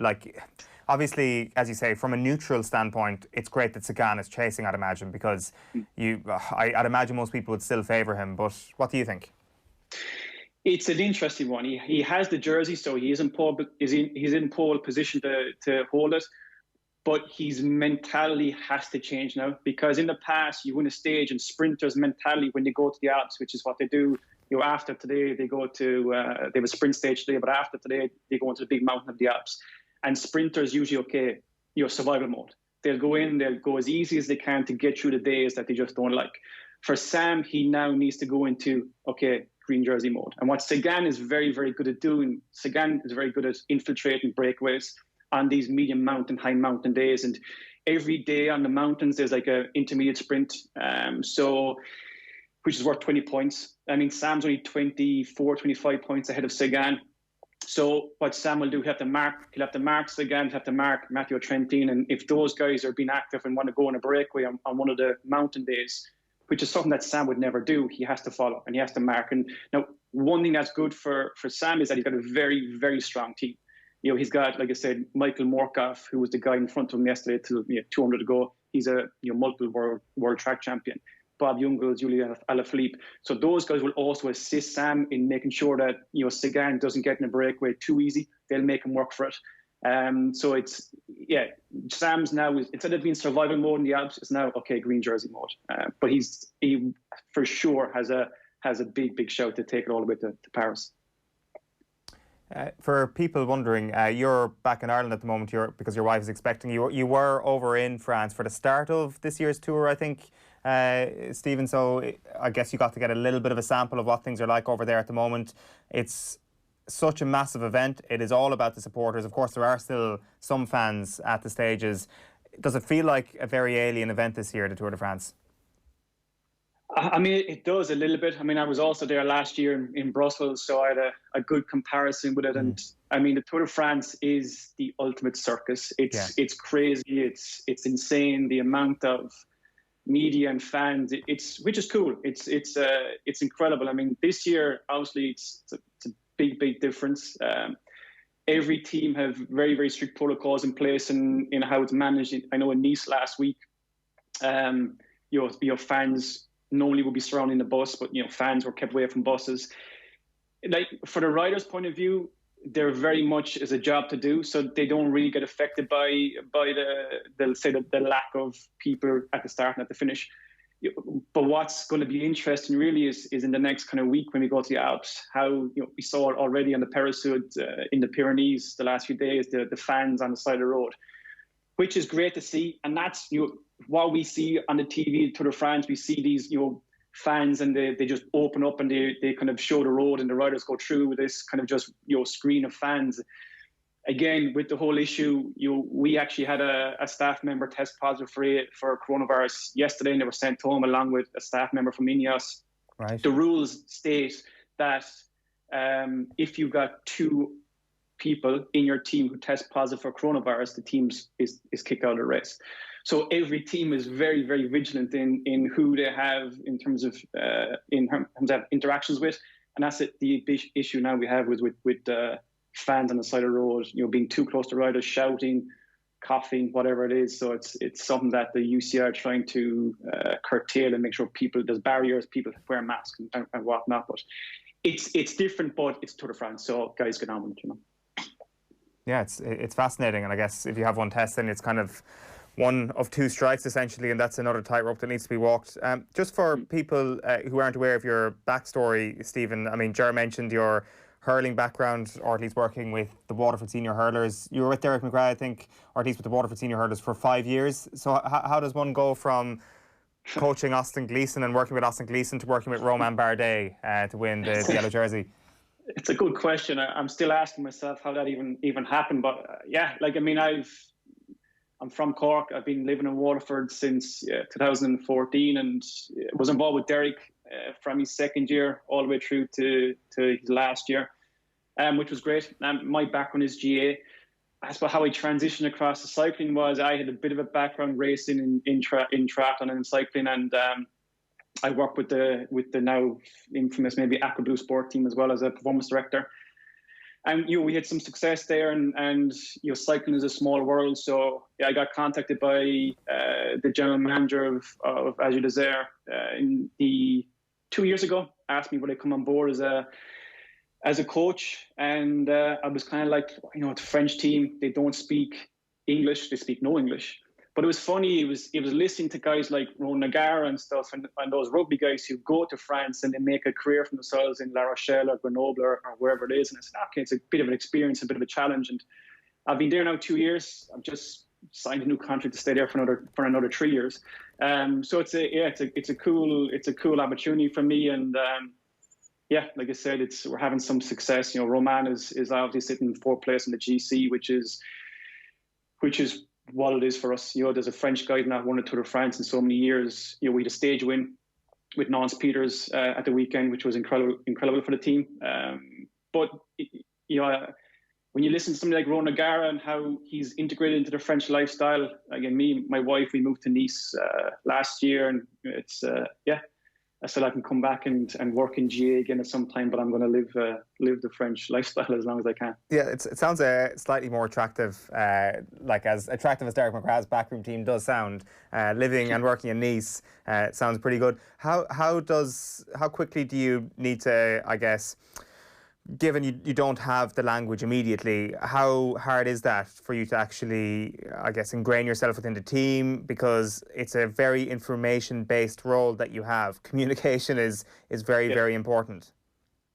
Exactly right. And your job really kind of is based on how well you can communicate and how well you can translate information. And if you can't communicate effectively, kind of you're a waste of space. So even though initially I didn't have the language, a lot of the riders could see that I could bring something different that would improve their performance. So be it from a nutrition point of view, a sports science point of view, a coaching point of view, aerodynamics, so on and so forth. And one thing that I used to also lecture, and one thing that I learned with Derek in the Warfare team is how to build good relationships. I see how Derek was with different players. You mentioned Austin Gleeson, Kevin Moore and these guys. He had such a strong relationship with those guys, and anything that he said, those guys would undertake. And that's what I did almost naturally when I got to AG Tour. We had a few training camps, and I just built up those relationships with riders quite early. I still don't know how I did it, but I did it. And that's kind of made me, I suppose, a more important part of the team. But it's, you can be the smartest guy going, you can have all the PhDs and sports science knowledge, but if you can't effectively communicate with a Rowan Bardet or Oliver Nason, you're useless. So it was a challenge, but it was something that I loved, and it's something that's I'm continuing to do, which is great, Sorry, did you say you went cycling with them and stuck with them? No, definitely not. What you do is what I said was just you're around them, you're there, you're in the car with them when they go training, you're maybe on a scooter beside them when they go training, and you're giving them information and stuff as they do it. So I definitely didn't go and cycle with the guys and stay with them. If you look at even yesterday, no, definitely not. That would have been amazing. It was like, okay, you have many talents here. In terms of coaching, like how do you coach somebody to be a better cyclist who's already done their who's in their mid-20s and he thinks they've seen everything and they know everything, and you're like, actually, have you thought about this? You'd be surprised how many gaps there are in cycling. Cycling by its nature is quite an old school sport, and like stuff like sports science is okay. It's not new, but there's definitely new things being developed every year, and new areas that we're learning about, be it training, periodization, different training protocols and stuff. And what you do is you sit down, you speak with guys, and you just look at what they've been doing in previous years. And more often than not, they're not doing things as good as they could. They do things to a certain point where they get success. But if you tweak this and change this, well, then we can actually progress you to another level. Because I think it's like GA, and it's like any sport. I think a lot of athletes will put a certain limit on their abilities. And, once they reach that limit, or what they perceive as their limit, they're happy with that. And you need to show them and teach them, okay, how you actually can break through this and move to another level. And in cycling, it's a sport which is very, very data driven. You've got power numbers, heart rate numbers, GPS numbers. It's very, very analytical, but there's a huge element of showing somebody how they can get better. And it's no different to a hurling team or a football team. When you get to a certain level, okay, how can you press on and be, instead of just being in Division 2, how can you press on and be, All-Ireland contender or a Munster contender? It's the same type of conversations you have with those guys. One of the things that I'm interested in as well is, I guess, what is going to happen if the Sam Bennett situation does actually roll on and there is this, I guess, massive public interest in Sam Bennett. Like, he's speaking in some of his quotes yesterday. What was he saying? Just from the Irish Times, he was saying that you can go on a Sunday spin in Carrick-on-Suir, and it's a small town, but you could have 80 riders. And he's talking about how there's been an upsurge in interest in the sport in Ireland. You obviously mentioned the Aqua Blue sport team there a while ago, and how perhaps that didn't work out in the end. But is there the start of something here in Irish cycling again, where there is going to be a second generation, or are we already seeing a second generation of really talented riders, world-class riders, and potentially the idea of a team based in Ireland again could be revisited? I mean, I think so. I do know there's some conversations going on about trying to reignite a team in Ireland where you can expose younger guys to racing on the continent, because that's what you need. Something like Sam would have done when he was younger. He would have went to Belgium, would have went to France and started to race those races against such a high level. But I mean, you're right. I mean, I go out on the bike here occasionally and around Waterford, and you see groups of people on a Saturday and on a Sunday. And I think a lot of that also has come from this whole lockdown. People, got on the bikes more often. There was, people, I think people got sick of doing 5Ks and they started, okay, let's get a bike. And, I know in my local bike shops here, they had bikes sold out for months and months. So it would be nice, again, that's kind of what's nice to come on, is that Sam now has, Sam has been successful for the last few years. But what this does, the Tour de France, is it's supposed to expose them to much wider community. And it shows young people that it's possible. Because I remember watching the Tour de France on TG Car when I was a kid and being like, that's pretty cool, but you're never going to be there. You're never going to get there.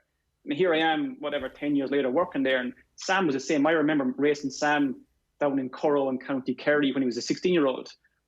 And, I'm sure he was watching Tour de France on TV and saying, that would be cool, but I don't think it's possible. So it's a case of trying to show young people that it's possible. With the right mindset and with the right people around you, you can go and you can be very, very successful in a very elite sport. I think it's going to be great for Irish cycling. You just need to capitalize on it now and get people out on the bikes more. Yeah, and I mean, at grassroots level here, it's a participation sport immediately. It can't but be a bad thing to have it here.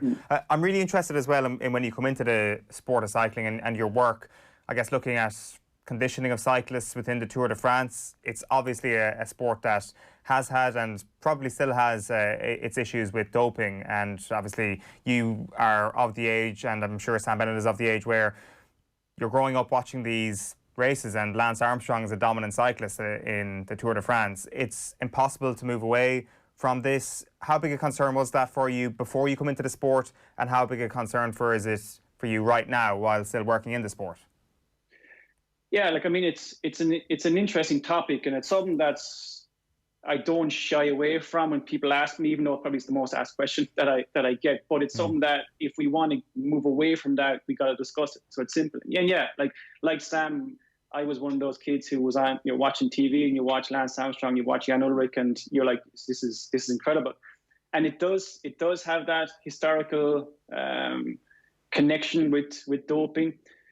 The way I see it now, and my job as a coach, as a sports scientist who is heavily involved in the physical preparation of riders. And like I said, we've got a guy now sitting fourth on GC in Tour de France, in probably the highest level race in the world. And again, I know Romain quite well, and we work a lot together. And it goes back to the point I said, is that there is gaps, and a lot of those gaps are being filled in now by teams. Teams now have more people who look after, producing better equipment, working with sponsors, working with with textiles, skin suits, and improve nutrition. And I understand that people will say, oh yeah, well, they did nutrition back in Lance's day and they had fast bikes back in Lance's day, but things have moved on to a whole other level. And from my point of view, me as a coach, as a sports scientist, what motivates me is that how can we push forward human performance? And we can look at things, how people do stuff, and the answer isn't taking this or doing this illegal thing. We can actually do it like this. And once you teach people and you explain to people the hows and the whys, they buy into it, and that's how they progress. So, I coach a lot of guys now who are racing the World Tour, and it's not an issue for me.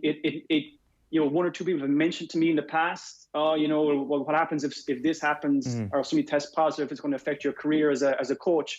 It doesn't bother me. It doesn't bother my work, because I see what the riders do, and I see how motivated they are. So it's something that, like I said, it doesn't. I'm not afraid that somebody's doing something illicit or wrong, and it's trying to.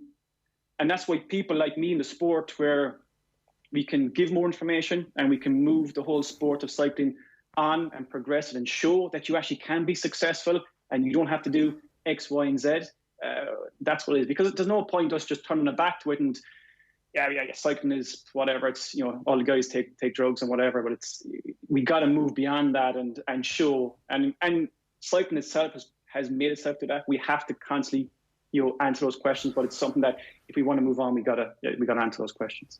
Yeah, and that's the really interesting thing. Like, I guess one of the issues a lot of people would have is not only the filthy history of the sport at times, but also the sense of omerta that exists in the sport. And it's sort of refreshing to see the likes of Romain Bardet coming out over the last couple of years and kind of calling Chris Froome out a little bit over the TUE saga and saying he shouldn't race while this situation is still up in the air. I think that was what Bardet was saying. And this willingness to actually talk about what has happened, what is happening, that's probably the only way that trust gets restored in the sport.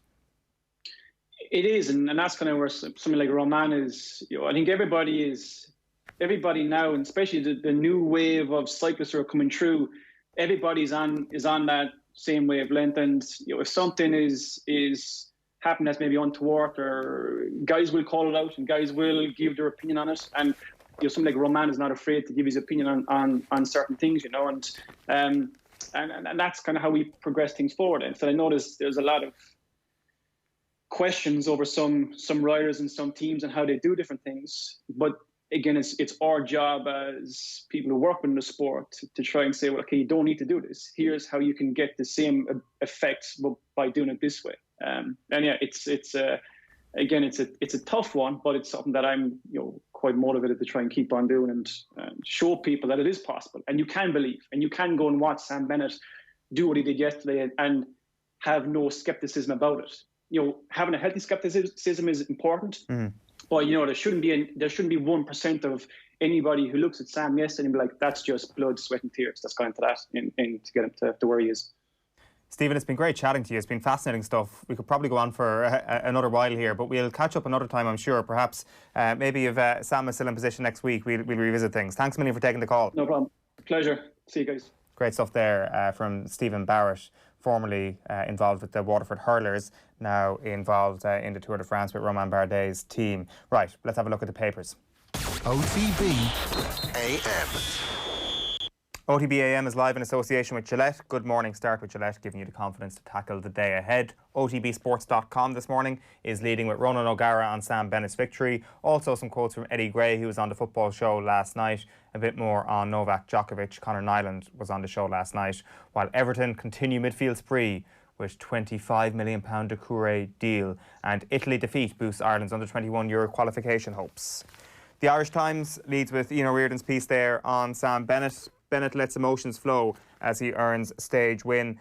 Lowry commits to playing Irish Open. Meanwhile, he will fly directly from the US Open in New York to ensure he will be the headline act at the Dubai Duty-Free Irish Open in September 24th to 27th. And European cross-country in Dublin is cancelled due to COVID-19. That is the front of the Irish Times sports section. The Irish Examiner leads with Donal Lenihan's column, Thinking Outside the Box, BOKS, how Munster's mindset needs to change. Meanwhile, Super Sam sparkles on big stage, and Madigan already feeling the love at Ulster, writes Brendan O'Brien. The Irish Daily Mail goes with Niall Quinn's comments last night. It was hostile. Some clearly didn't want me in FAI, says Quinn. He was speaking on Virgin Media Sport last night. There was no coup, he says. This was never an attempt to take over Irish football. It was a period of time to readjust it, to get it right. The London Times goes with missing in action. Insipid England barely create a chance in bore draw.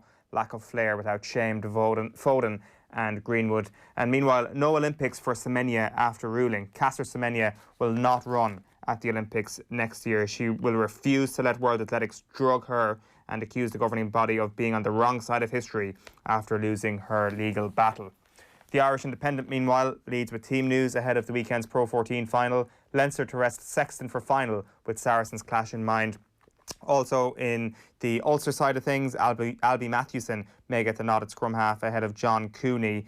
And also back at Leinster then at scrum half, it seems Luke McGrath might be rested. Jamison Gibson Park will start. They're keen to get James Ryan game time, and it seems that he will start this weekend. The Racing Post's front page leads with Welcome to Doncaster. Spectators back on track after 6 months.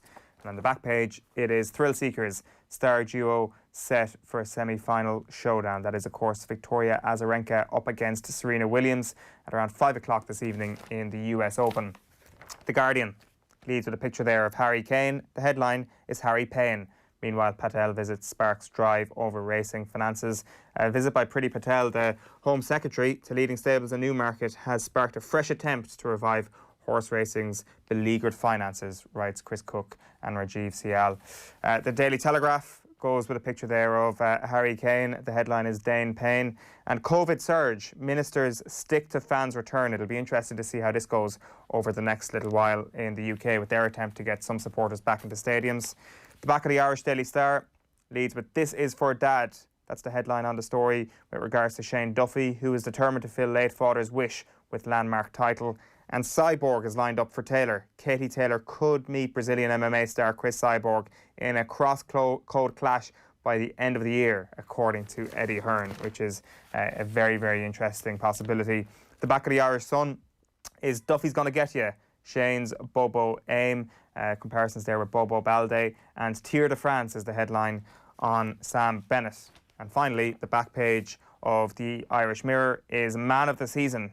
Kevin De Bruyne reveals his huge honour at receiving the top player accolade in Premier League from his fellow professionals. To be honest with you, I thought it had already been handed out and I thought he had already won that award, but it turned out he hadn't. So Kevin De Bruyne is your 2019-20 PFA Player of the Year. Right, after this quick break, you're going to hear Sinead Ahern on her worries that cutbacks in GEA could disproportionately affect women's sport. Then we will be back with our bumper Premier League crystal ball preview. OTB AM. This is OTB Sports Radio.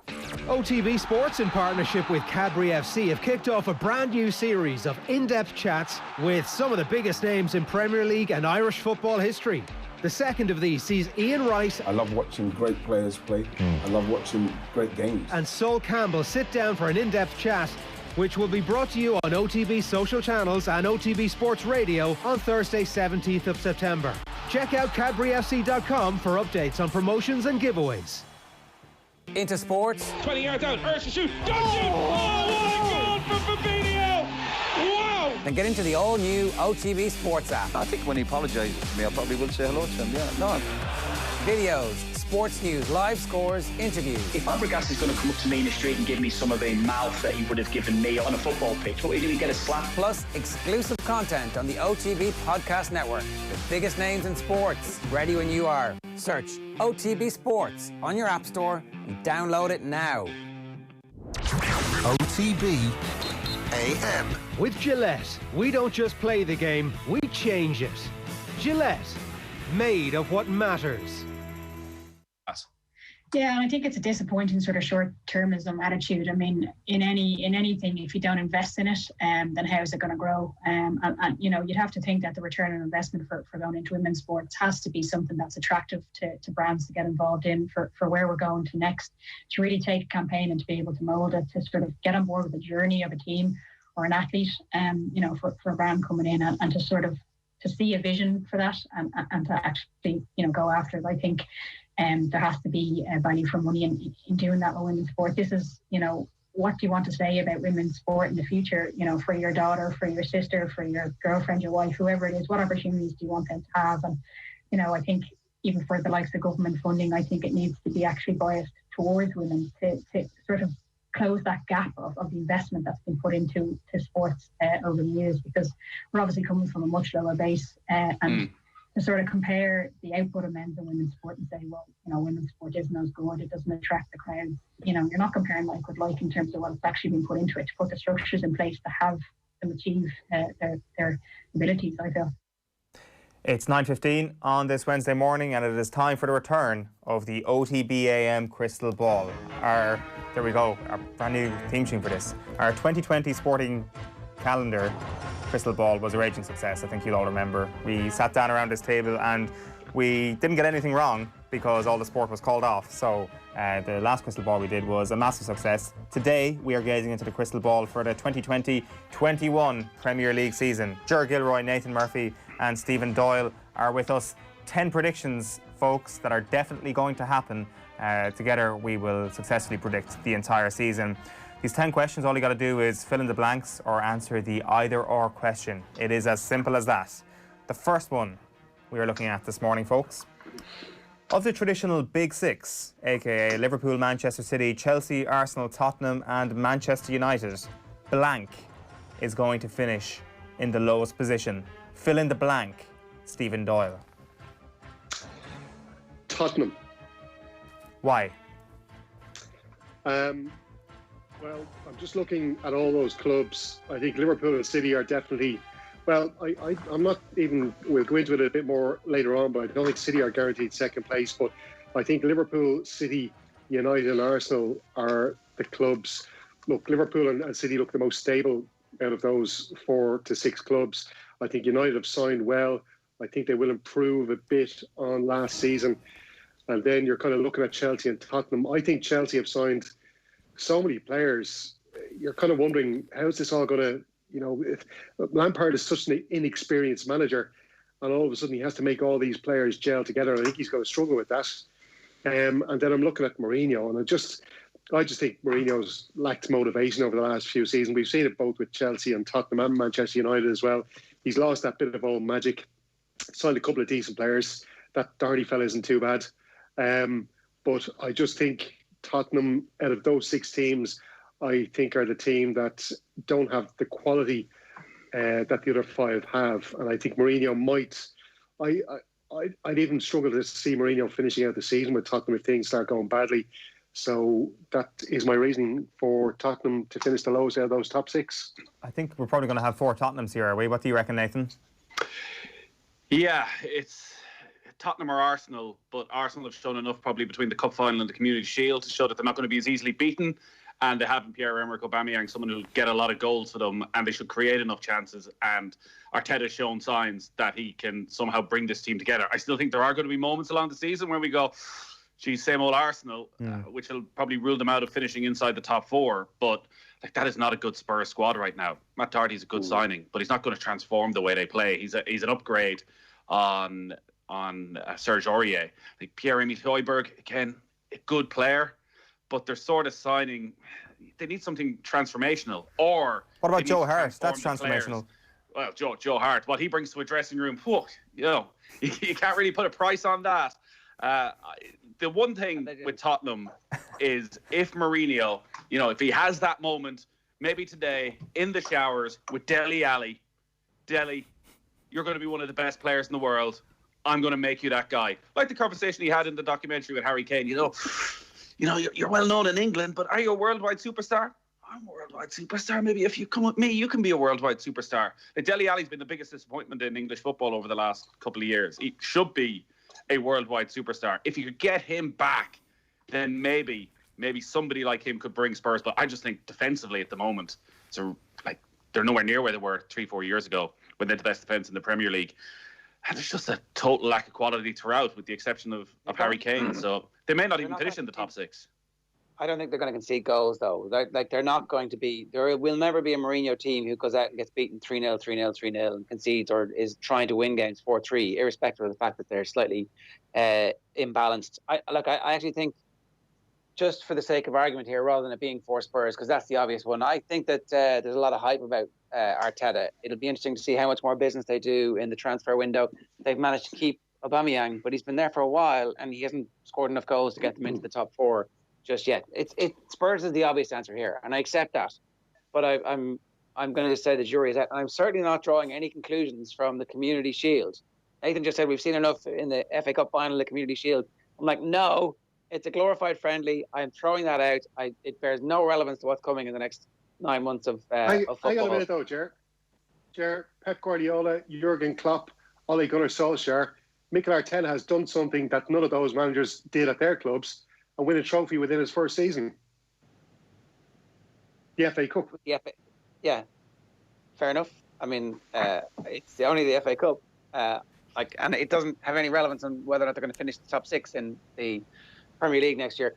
Look, the obvious answer is clearly Spurs. I think that people are seeing a little bit of Mourinho and they don't like what they see from the documentary, and they think that everything is completely finished with him. But this is his last chance. This is absolutely the last chance of one of the greatest football managers of his generation to do something in English football that matters or that means anything. And he's clearly going to make the team better defenders than they were, more defensive-minded than they were. And look at the array of attacking talent they have. If Kane stays fit and if Son stays fit, their attacking ability on the field is, on paper, as good as almost anything in the Premier League. So I give them a better chance of finishing in the top. We're talking the difference between 5th and 6th here.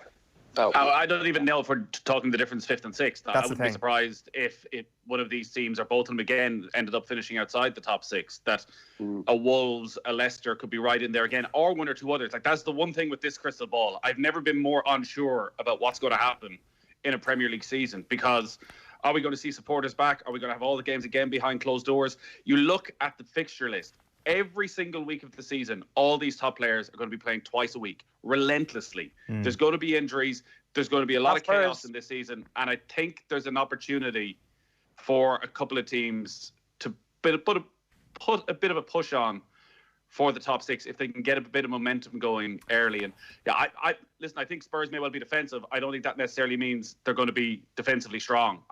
They just don't have the individuals. Right, question number 2 here. And don't be saying that you don't know what's going to happen in the crystal ball. The crystal ball is a concrete set of predictions of what's going to happen. None of these things can possibly go wrong. So for Tottenham Hotspurs as the team that's going to finish the worst of the traditional top 6. Oh, so you're saying Arsenal, sorry.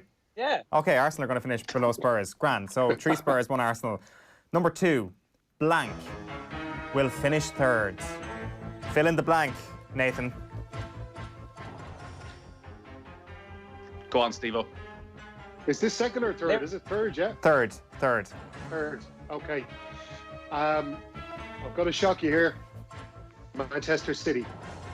Manchester City to finish 3rd. So you're obviously pushing Chelsea into 2nd place here. Give us your reasoning for this. I'm obviously pushing Manchester United into 2nd place. Yeah.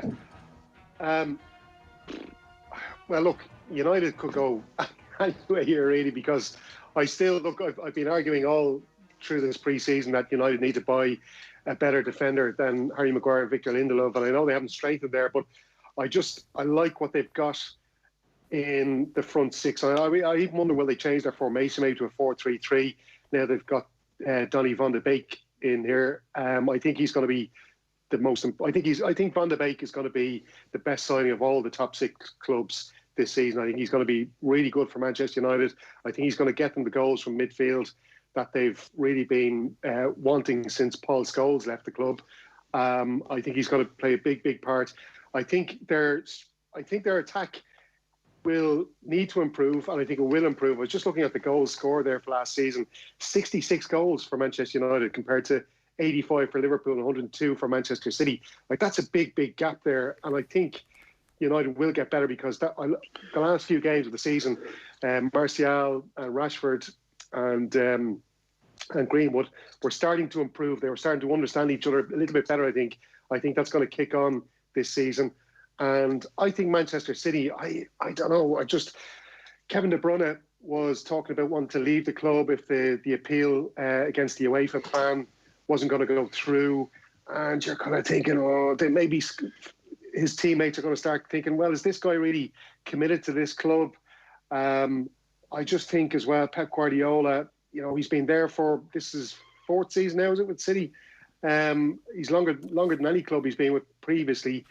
I'm just wondering, are the players starting to get a bit tired of his, disciplinarian methods and that kind of thing? And I just think I can see City falling away a little bit this season. I don't think they're going to be as good. I think what happened to them in the Champions League might affect them mentally as well going into the start of the season. They won't get off to as good a start as they did the last couple of seasons. And I just think Manchester United might capitalise on that. And I think they're going to get in ahead of them, and City will finish third. Nathan? Chelsea signed brilliantly, just to finish third. Just have so much talent that even Frank Lampard can't screw this up. The wealth of options they have to play in those front three positions, even the three midfield positions, I just can't see them not scoring a huge amount of goals. They'll have to have done some work defensively, and they'll have made some defensive signings with Bell and Chilwell coming in. The centre halves, they're obviously looking to sort that out as well. So if they can get a keeper in, it looks as though Kepa's not going to be the number one. Like, they conceded a lot of goals from set pieces and the keeper making mistakes. You sort out the two of them and you're going to score as many. I think they will finish third and may even push for a top two place if they can keep Christian Pulisic fully fit. Even a couple of injuries, and they have any amount of depth to fill in. The other question is what he does with N'Golo Kante. I know you spoke about this yesterday. Kante for me is still the best midfielder of his type in the Premier League, if not in world football, and he has to find a place for him. He's miles ahead of Jorginho and Kovacic. I know they're not the exact same type of player.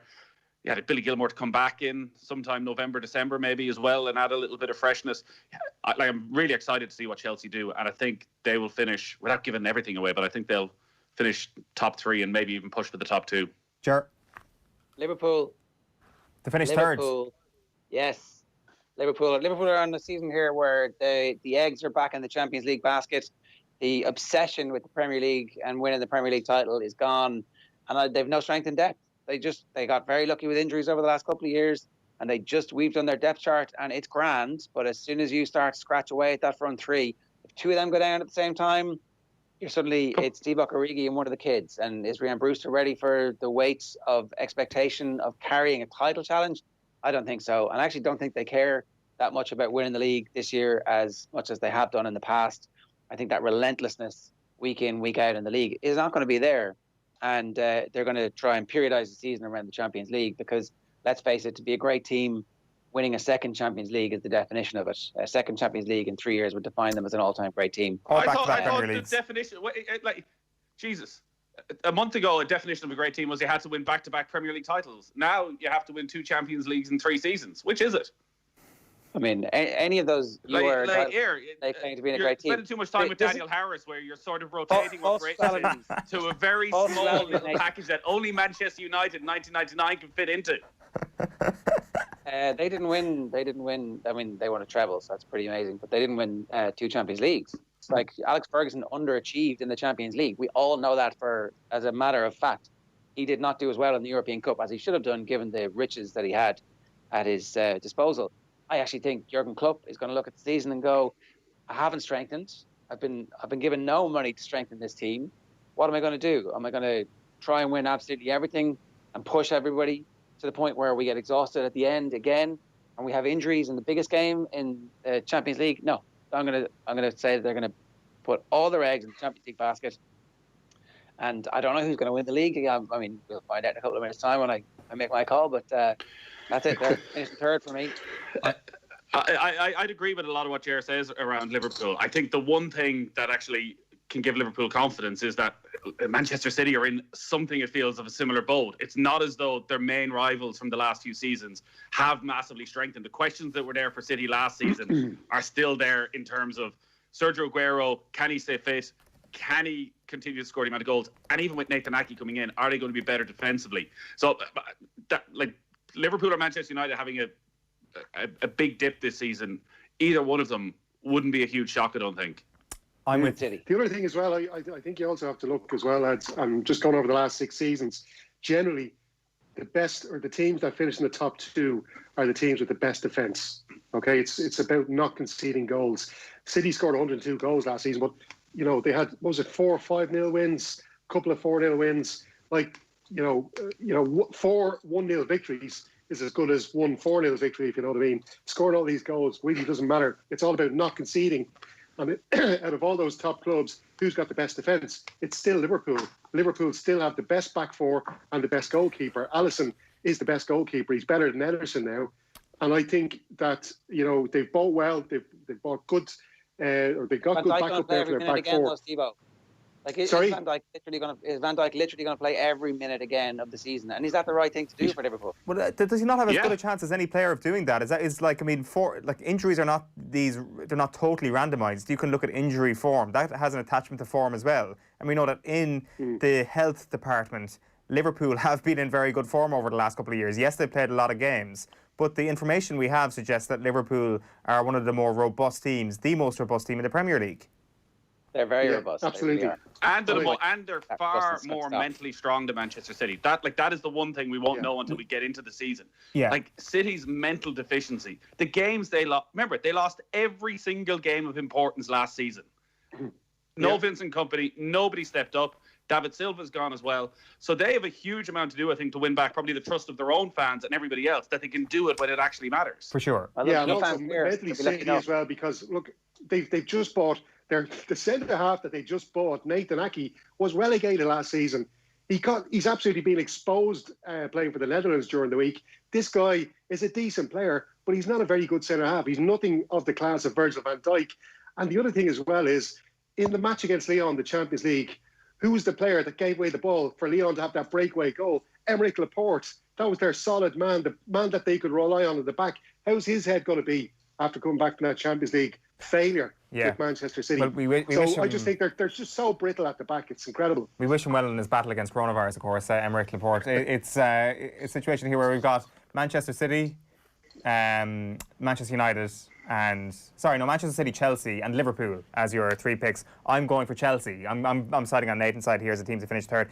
Number 3, the first manager to be sacked is going to be blank. Nathan, you lead us off on this one. Oh, I think there's a couple of very strong contenders. I'm going to go with Roy Hodgson, just ahead of Dean Smith. Palace have stagnated. They did not. The lockdown came at the worst possible time for them. They were probably the form team in the Premier League. They did nothing after the restart. They've spent a lot on the striker Easy, bringing him in from Queen's Park Rangers.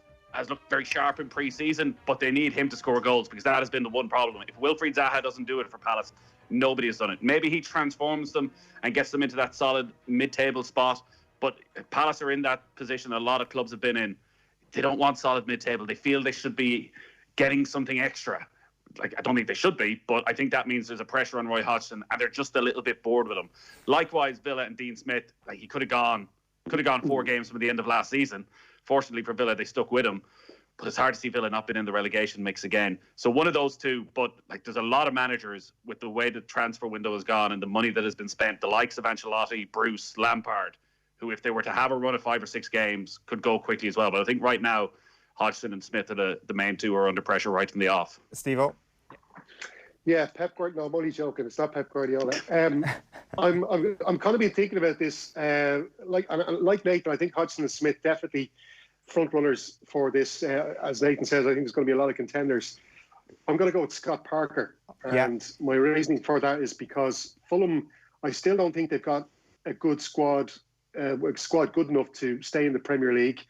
They might add to that before the season starts and before the transfer window closes, and also in the winter transfer window. But I just think that Fulham have already shown that they've got a bit of a happy trigger finger there when it comes to sacking managers. This last season that they were up in the Premier League, so I just think because the squad doesn't look too great, Scott Parker, he did very well to get much of the championship or up from the championship, but I just don't think he's going to get an awful lot of time to prove himself in the Premier League if things start going badly. So, like Nathan, I think Hodgson and Smith are really strong contenders as well.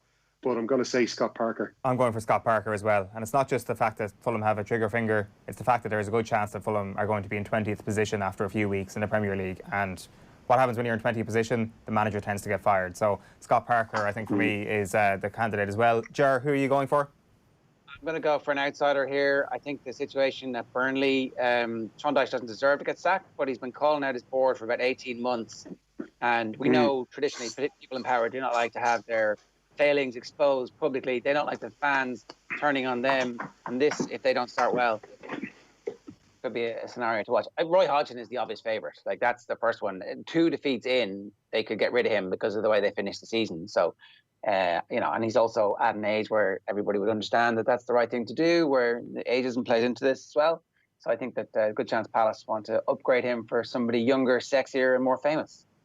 Right, Sean Dyche. Sean Dyche. There, we could have a little bit of a merry-go-round here. Any of those things? So we got 2 Scott Parkers, we got a Roy Hodgson, and we got a Sean Dyche. That is question number 3. Now, question number 4, statement number 4. Liverpool will will fail to eclipse 95 points for the first time in 3 seasons. So 2 extraordinary points tallies over the last couple of years.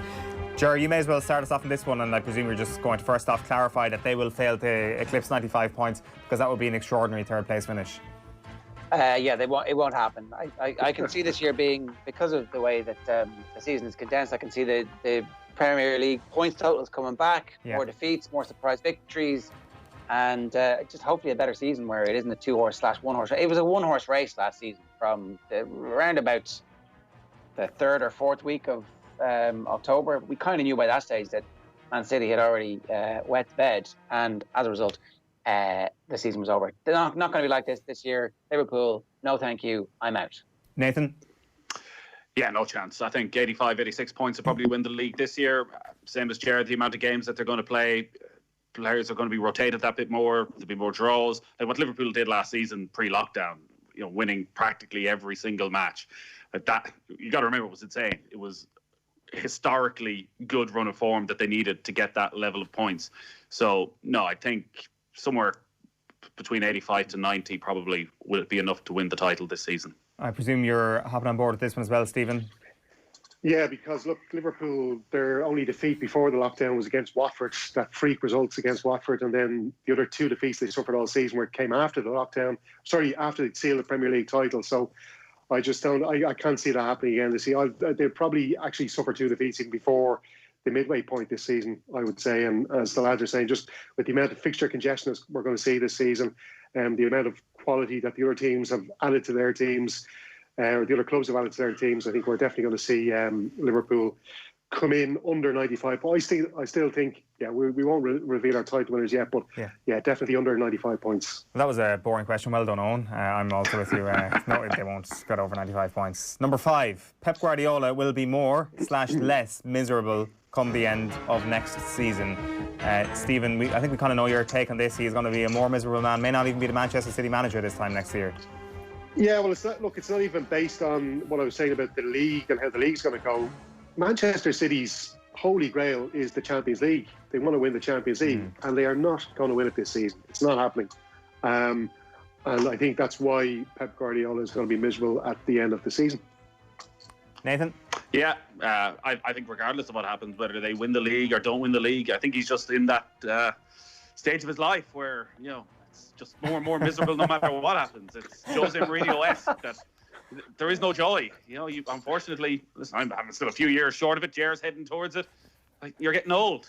But you struggle to find the love of the game the way you once did, and he just needs to get on a sort of plateau where he's accepting of life, but he's not there yet. So it's just going to be pure misery and frustration, and everybody's out to get me. The paranoia is setting in. Are we not to assume that Leo Messi will be at Manchester City at the end of this season, and he'll be there for pre-season next year, that irrespective of what happens at Barcelona, whether or not Xavi is coming, that the deal has essentially been done in everybody's heads, that those seeds have been sown? And so, of course, Guardiola's going to stick around to see what he can do with Messi. One last tour of the battlefield for these 2 old warriors. No? Is he not going to be way happier? And also, coming off the back of, I would suspect, a league-winning campaign.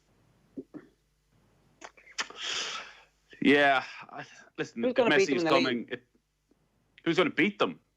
Yeah, in the league. in a 1-to-1 match, or in terms of the entire finishing above in them? the title race?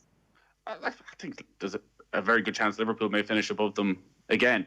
Like City, there has been no real break since last season, and a month ago they were a team with massive frailties. So has he managed to fix that and turn it around? I'm not fully convinced. I think they're going to drop too many points against just too many points over the course of the season that they'll keep other teams in it. Yeah, they are favourites, and they're favourites for a reason because they have more depth than pretty much anybody else. But I don't think it's going to be as straightforward. I don't think they're going to get to 100 points or 90 points again. So they will be giving other teams a chance. But he just seems to be stuck in that rut of general Raheem Sterling missing from 3 yards out frustration. Yeah, Man City winning the Premier League title this season is basically like you, Ger, opening up your Christmas present on Christmas morning and finding out that you got a pair of socks. That's the kind of joy Pep Guardiola will feel winning the Premier League this season. It doesn't really matter. The big thing for them is winning the Champions League. That's what he has to do that this season. And if he doesn't do it, good luck. See you later. He's gone. And I don't think he is going to win the Champions League. And that's why he's going to be as miserable as you feel on Christmas morning getting your socks. Yeah, I think that's it. I think more miserable as well. He's 49, by the way, so a heads up for Pep Guardiola. It's just a heads up. What is the kind of the peak? Where does the curve top out when it comes to happiness? Just as a warning. This is from Pep's perspective. No, from your perspective. I mean, Nathan's saying 49 is where it's just misery every year. Is there an insight here? I presume the best is yet to come, Owen. That's the positive note we wanted to end question number 5 on. Number 6, the Golden Boot winner is going to be blank. Ger, kick us off on this one. I'm going to go for an outsider and say Raheem Sterling finally comes good. I think that's it's time for him to start scoring those goals. I wonder, will they be a bit more careful with Sergio Aguero's minutes, or do they actually flog him like a dead horse in the league and not play him in the big game? So, look, he is an outsider. I think he's around about 11-1.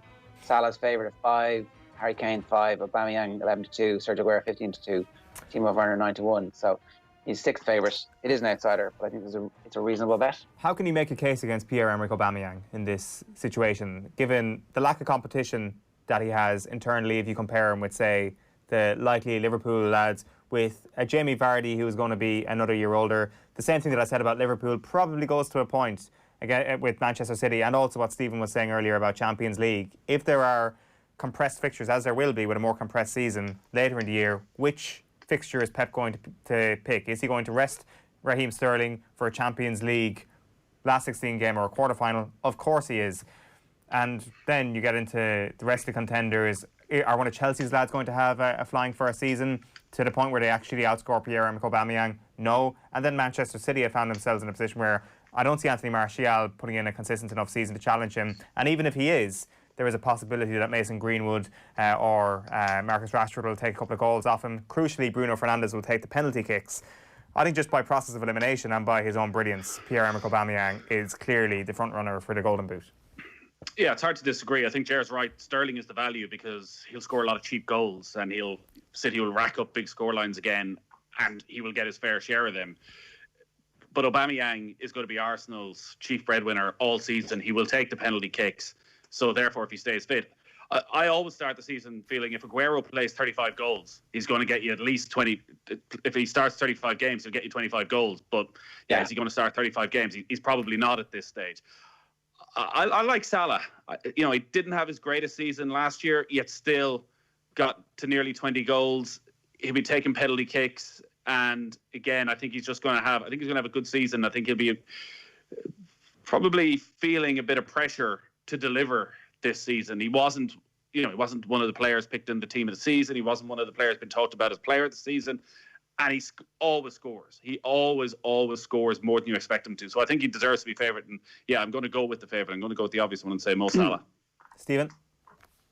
Yeah, I'm going to go with Pierre-Emerick Aubameyang. As you were talking about just there, I just feel that I think Anthony Martial will be a really close contender. I just think because Manchester United have so many good attacking players that they're going to share the goals amongst them. And I would say the same for Manchester City.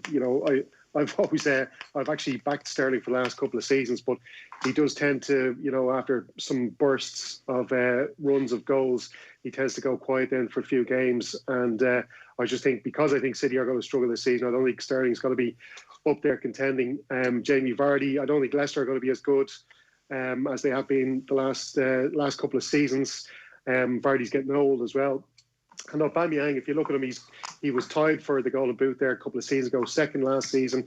And I think now with Willian in the team as well, who's an assist machine, I think he's going to provide a lot of goals for Aubameyang, as Nathan said as well, penalty taker.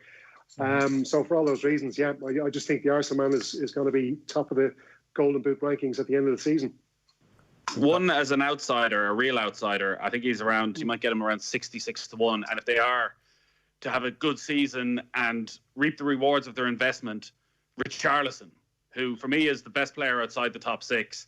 I know he may be playing off Dominic Calvert-Lewin. 80-1. 80-1 with Paddy Power. He's always getting into double figures in a bad team, but I think if this is an Everton side that can start scoring a lot of goals, I think Richarlison has a great chance of getting towards 20 next season. Where's Danny Ings? Because I think Danny Ings is another one that's a good dark horse or outsider for this Golden Boot. He's a natural born finisher.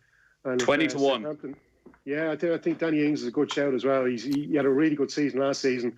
I think he's really underrated, and I think it's actually quite disgraceful that Gareth Southgate didn't give him more time when he was away with England over the last couple of matches, playing Harry Kane. Again, flogging a dead horse up there. But Danny Ings definitely a good outside bet, I think, for top scorer. Right, on to number 7. So we've got 2 Aubameyangs, we've got a Raheem Sterling, and we've got a Mo Salah there for our Golden Boot predictions. Number 7, there is a blank % chance that Leeds United will actually be terrible this season. Marcelo Bielsa will overthink everything, and the club will be back in the Championship in a year's time. Going to need a number here, Stephen Doyle, blank %. What are you going for? 0. I think Bielsa's going to do okay. He's such an experienced coach. He's got a good squad there. He's brought in Rodrigo from Valencia, who I think is going to tear it up for Leeds. I think he's going to be a successful signing. I think he's going to have them pretty solid. They're going to be hard to break down. And I think they're going to be. You always get one club coming up from the Championship. Excuse me, that surprise everyone. I don't know if you call it surprise. Maybe Leeds doing well with the manager as good as Bielsa, but I think they're going to finish up around the top half. Maybe a bit like Sheffield United last season. I think they've got good enough players, good enough squad there, and Bielsa at the helm. He's just so experienced. I think he's going to do well in his first season in the Premier League. So definitely, I think it's 0% chance that Leeds will be terrible. Okay, right. That is a big statement considering they are a promoted team. I've gone for 30% just by dint of the fact that I think that there are enough teams in the Premier League who are worse than Leeds United. I think obviously we'll get into our bottom 3 in a while, but even the teams that might be in around the mid to lower reaches of the table, I think they could finish above Crystal Palace, above Newcastle, above West Ham. And I think they'll have a grand season, but I don't think they're going to have a Sheffield United season. I don't think they'll have anything on that level whatsoever. So I think they'll be grand. I just think that to say 0% is a really big statement, Stephen. I think that that is the sort of logic that, I don't know, that is really putting hang on. The statement is that they will be terrible. Terrible. I don't think they're going to, it's maybe true, there's a 30%. There's a 30% chance that they'll be average, but I don't think they're going to be terrible. Get relegated. Is that what you mean? Get okay, let's go get, but there has to be, you can get relegated and as a newly promoted team you can put up a good old fight and all that sort of thing. I'm talking about a comprehensive relegation. I don't think a comprehensive relegation, but I would say, I'd say there's a 75% chance they're in a relegation scrap. I do not see them being a Sheffield United. I don't see the quality of player there at all. I thought it was an average Championship last season. Okay, they ran away with it at the end. But that is they've got the manager, clearly, who has a track record of being brilliant. But it's a whole different ball game now, the pressure they're going to be under in the Premier League. And I just do not see 11 players there who have the quality to make it straightforward for them. There's quite a few teams who are going to struggle. I think all 3 teams that have come up may find it quite tough this season. But I just don't see Leeds having anywhere near the quality to finish top half of the table. Sure. I would go with you. I'd say there's a 30% chance that they end up being relegated, which is roughly what their odds are at the moment. Like, look, they should be fine. They seem to have bought relatively well. He is a manager who has endless amounts of experience, and so will have seen all of the things that are coming his way at one stage or other in his career. I just think that their level of excitement, the absence of fans is going to hurt them much more than it would hurt. Yeah, massively. Like, I'm thinking about that Liverpool-Leeds game this weekend, and part of me thinks, geez, it's a terrible game for Liverpool to have to start with Leeds back in the Premier League, even though it is at Anfield, and, you know, Liverpool unbeaten there in 3 years. But then you think, actually, there's no fans. So, you know, there's not 5,000-6,000 Leeds fans behind that Liverpool goal. Yeah, it just feels, actually, that the absence of fans from Elland Road in particular is going to be hard to take for Leeds. For sure. Right, let's move on to question number 8 this morning. Everton are going to finish blank. Stephen, you were on with us yesterday on Deal or No Deal. You essentially said they can penetrate the top 6. So what are you going for here? Yeah, I think they have quality there now in what they've signed. They brought in Doucouré last night. I think Doucouré is a fantastic player, although he did go a little bit of sleep towards the end of the last season for Watford. I think James Rodriguez has found the right club for himself. He struggled, we've seen at Real Madrid. But I just think there's so many stars at that team. There's so much expected of you. I think Ancelotti is the type of manager that will get the best out of James Rodriguez. As Nathan said about Richarlison, I think he can shine as well with better quality around him. And they've, I think he's going to bring that defence on a lot better as well with the bit of coaching that he's done in the closed season. So I just like the look of what Everton have signed. I think they're better in a better place than they were at the end of last season with regard to the options that they have there. I think Gylfi Sigurdsson will be better with the competition that he'll get from James Rodriguez. I think Gomez will be back fully fit again. He came back obviously after that terrible injury, and it took him a while to find his feet again. So I think he will be better.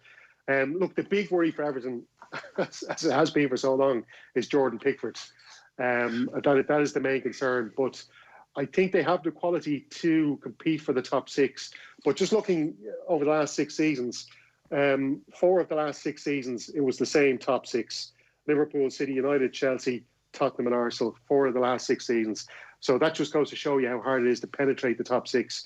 The only teams that have done it were Leicester, City, who else have we got there? Southampton, remember back in the 15-16 season. So you've got to be really, really, really good to get into the Premier League top 6. And while I think Everton will get close, I don't think they're going to get in there. So I'm going to go seventh place for Everton. Big Sam Allardyce, big Carlo Ancelotti. Massive overachievement for this squad of players to finish 8th. That's me. I think a better question would have been, what month of the season will Seamus Coleman come out and do his post-match interview where he says, we need to stop looking at the manager and start questioning ourselves in that dressing room? Without fail, every season. It's whether it's been international management or it's been club management, he's had to have that conversation. You couldn't trust this Everton group with your life. Again, Jordan Pickford. Do me a favour, they need to get somebody else in there. You cannot trust them defensively, even though I'm surprised to see that maybe they're signing Tomori from Chelsea, who I would have had as the best of the young Chelsea defenders. So that would be a bit of a coup to get him. But Michael Keane, is he a top 6 defender? I'm not sure he is. And they changed midfielders. It's a completely revamped midfield again and again and again. And it's just this wasteland of midfielders that they spent 30, 40 million on. Gylfi Sigurdsson, he couldn't do it at Tottenham. He's barely done it at Everton. He'll have 5 good games a season where you think, geez, he could be playing for Manchester United or Liverpool. And then he just fades into obscurity. And they have 10 of those players. Iwobi, Walcott, Bernard. I like Calvert-Lewin, and I think Richarlison and Calvert-Lewin is a good partnership potentially up front if that's the way they want to play. But again, Andre Gomez, not supposed to be a superstar. Moise Keane's gone back to Italy by all accounts. James. Scored one goal.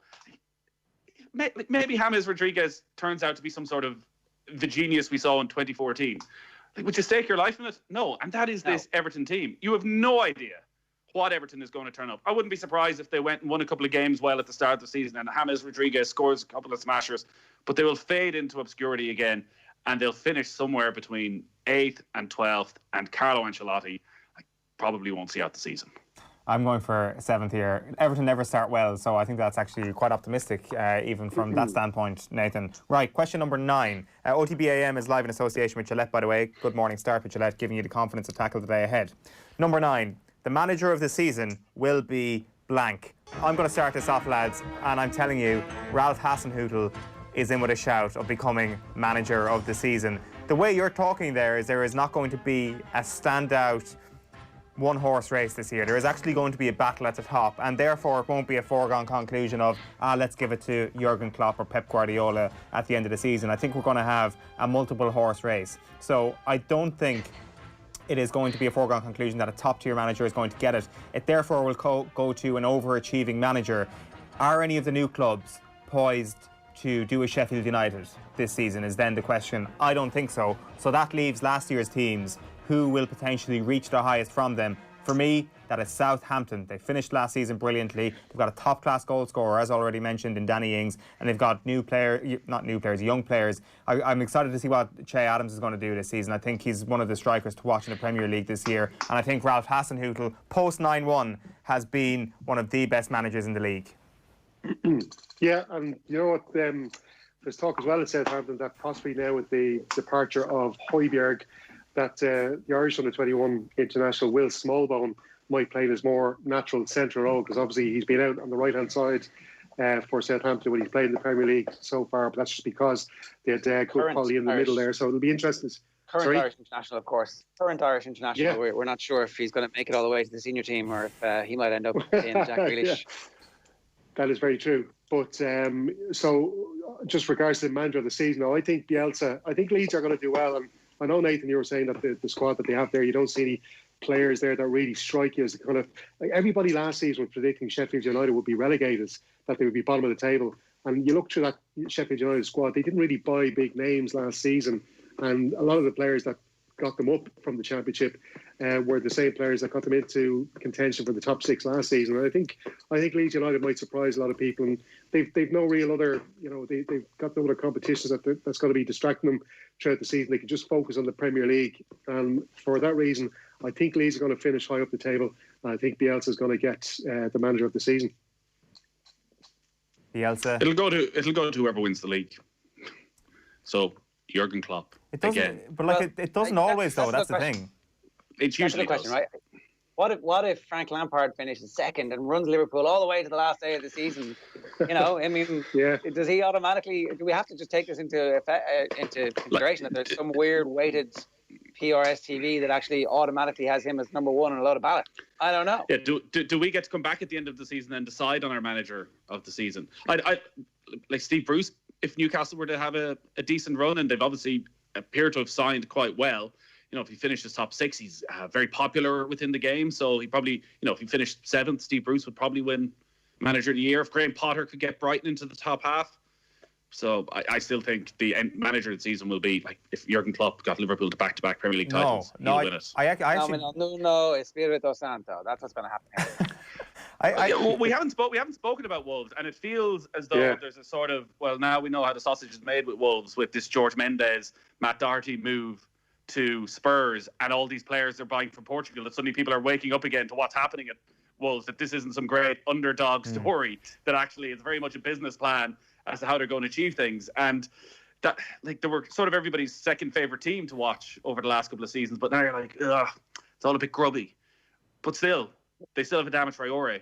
They still have Raul Jimenez. It doesn't look as though they're going to sell anybody. Coach. So, like, they could well push it on into the top 6. Right, that is your manager of the season predictions. I still think, Nathan, you need a bit of narrative for the top for the top tier winner to actually win. You need, so like the narrative being Manchester City are outrageously good, or Liverpool have won their first league title in 30 years, and people kind of fall for that. I think we're kind of out of stories at the top tier, unless of course Frank actually does the business for Chelsea, and in which case it will be insufferable just how well glorified he will be at the end of the season, and will definitely win it.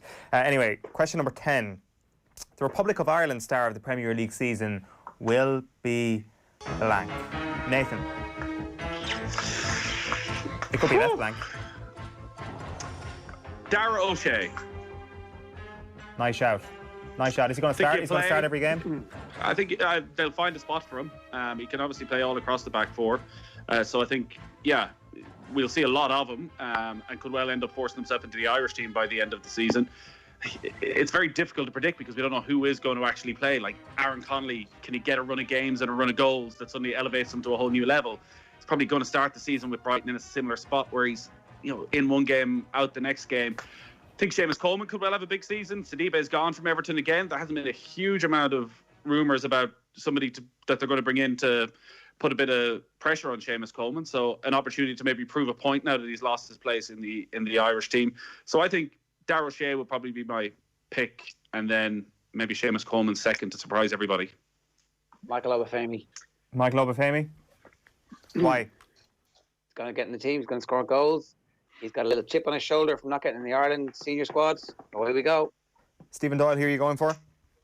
I can see Nathan's argument for Darryl Shea. I really want to see him doing well. It depends on position he's going to play in as well. Will he be right back, which he has been for the second half of last season? Will he be centre back, which is his natural position? I think West Brom, they're going to struggle a little bit this season. And so I think Darryl Shea could be under the cosh a little bit. So I'm going to go for Aaron Connolly. I know it's probably a boring nomination, but I just think he's figured out the Premier League now. I know he kind of burst onto the scene with that brace against Tottenham, and he struggled then to find the net after that, but he finished the season well last season, I think. And I think he's figured out the Premier League, and I think he's matured now over those last few games of last season, and I think he's going to be a lot better in the new season. I think he's going to score. I think he could be into double figures this season goals wise. Yeah. So that's what I'm going to go for. Republic of Ireland star of the Premier League, Aaron Connolly. I'm going for Connolly as well. I think that there's been enough lack of business done, which is what you want for a young forward who's going to come into the club and actually challenge him from his position as somebody who plays every second game or starts every second game. Now, of course, they brought Adam Lallana in, but maybe Adam Lallana is that wing that Aaron Connolly will nestle under for the season and grow into this top-class player. He is the youngest of their attackers who plays regularly as well. He has the greatest opportunity for growth. I think Aaron Connolly is going to be the player of the season. Interesting how nobody even considered Matt Doherty there. Expectations are quite high for Matt Doherty. True, so you kind of want a bit of a reach, I guess. Right, that is the end of our specific crystal ball questions. But finally and quickly, we're going to rattle through our predictions for your top four and your bottom three. Stephen Doyle, why don't you start us off here? Okay, I'm going top four: Liverpool to win the league, Manchester United to finish second, City third, and I think Arteta's going to do the business for Arsenal and get them back into the Champions League. Arsenal fourth. So it's Liverpool, United, City and Arsenal, top four. My bottom three then, I'm with Nathan on the whole Roy Hodgson thing. I think Crystal Palace are going down. I don't think Fulham have a good enough squad to stay up as well. I think they're going down. I think Aston Villa have showed us last season that they're pretty poor, and they just about got out of relegation. they're about to splurge £28 million on Ollie Watkins, who scored 20-odd goals in the Championship last season for Brentford. I think it's ridiculous money when you consider James Rodriguez came in for £20 million for Everton. They're spending £28 million on an unproven Premier League player, Ollie Watkins. It's ridiculous. Villa are going down. So Villa, Fulham, Crystal Palace. Sorry, Ger. Go on. Go on. You can refute that, Ger, and give us your top four and bottom three. Top four are... and Liverpool finished third and Chelsea in the top four. We missed your first two there. Sorry, your internet connection just went down for your first couple. Manchester City are going to win the league. Manchester United are going to finish second. It's going to be Liverpool third, and it's going to be Chelsea fourth. And the bottom three, I agree with Palace. I think the Burnley situation, purely because of they haven't given Sean Dyche what he needs. They don't trust him enough. It's ridiculous. They should have done. So those two, so Palace, Burnley, and West Brom for me. Wow. So Fulham stay up. Nathan? Bottom three will be Aston Villa, who just aren't going to score enough goals. We will also have... Sorry, I think I lost you there for a sec. Aston Villa, West Brom, and Fulham will be my bottom three. And then top four, Liverpool to win it, Manchester City second, Chelsea third, and Manchester United 4th. Jay, I've gone for pretty much the exact same thing, Nathan. I think that this idea that there's going to be a big change at the top of the table is misplaced. I think Liverpool first, City second, Chelsea third, United fourth, and on the bottom three as well. I think Fulham are finishing last, Villa second last, West Brom third last. I think it could be a brilliant Premier League season, though, because Chelsea and Manchester United are both absolute wildcards in terms of how good they could get to, but also it doesn't take a lot for them to drop back quite a bit. Manchester United got over 20 penalties last season. I know it was all competition. That's not going to happen again. Have they improved defensively? Like, the pressure that will come on Solskjaer, all those questions will come up again if they go on a bad run. So, yes, they have the ability to go and actually maybe even challenge for title on the best of what we saw. But I also think there's a big fall off there for United if it doesn't go well. Why is everybody so reluctant to say Arsenal will go into the top four this season? Because they're Arsenal. Yeah. Well, they've strengthened at the back. I think Kieran Tierney's going to get a full season, fully fit season with Arsenal, which he didn't have last season. He's a brilliant player, and I think he's going to bring them on leaps and bounds this season. Bellerin as well. I think, obviously, he only came back from an injury. I think he's going to be a lot better this season. I think he's more committed to the club now. The fact he's seen they brought in so many good signings. They've strengthened in their back four. And, 2 new centre-backs. Like yeah, absolutely. I think they're going to be good for them as well. And as well, I think Willian, is the right kind of player Arsenal needed in the attacking sense. Brilliant for set pieces. As I said earlier, an assist machine. I think he's just what Aubameyang needs to score more goals. I think, and Arteta's shown, like he shows he can coach players to be better players, and he improved Arsenal in the second half of last season. I think they're definitely going to finish top four.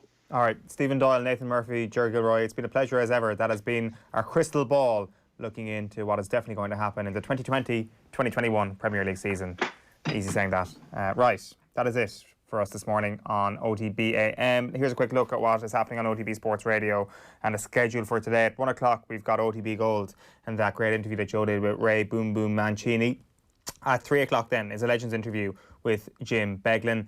And then at 4 o'clock is OTB Gold with Emmanuel Petit.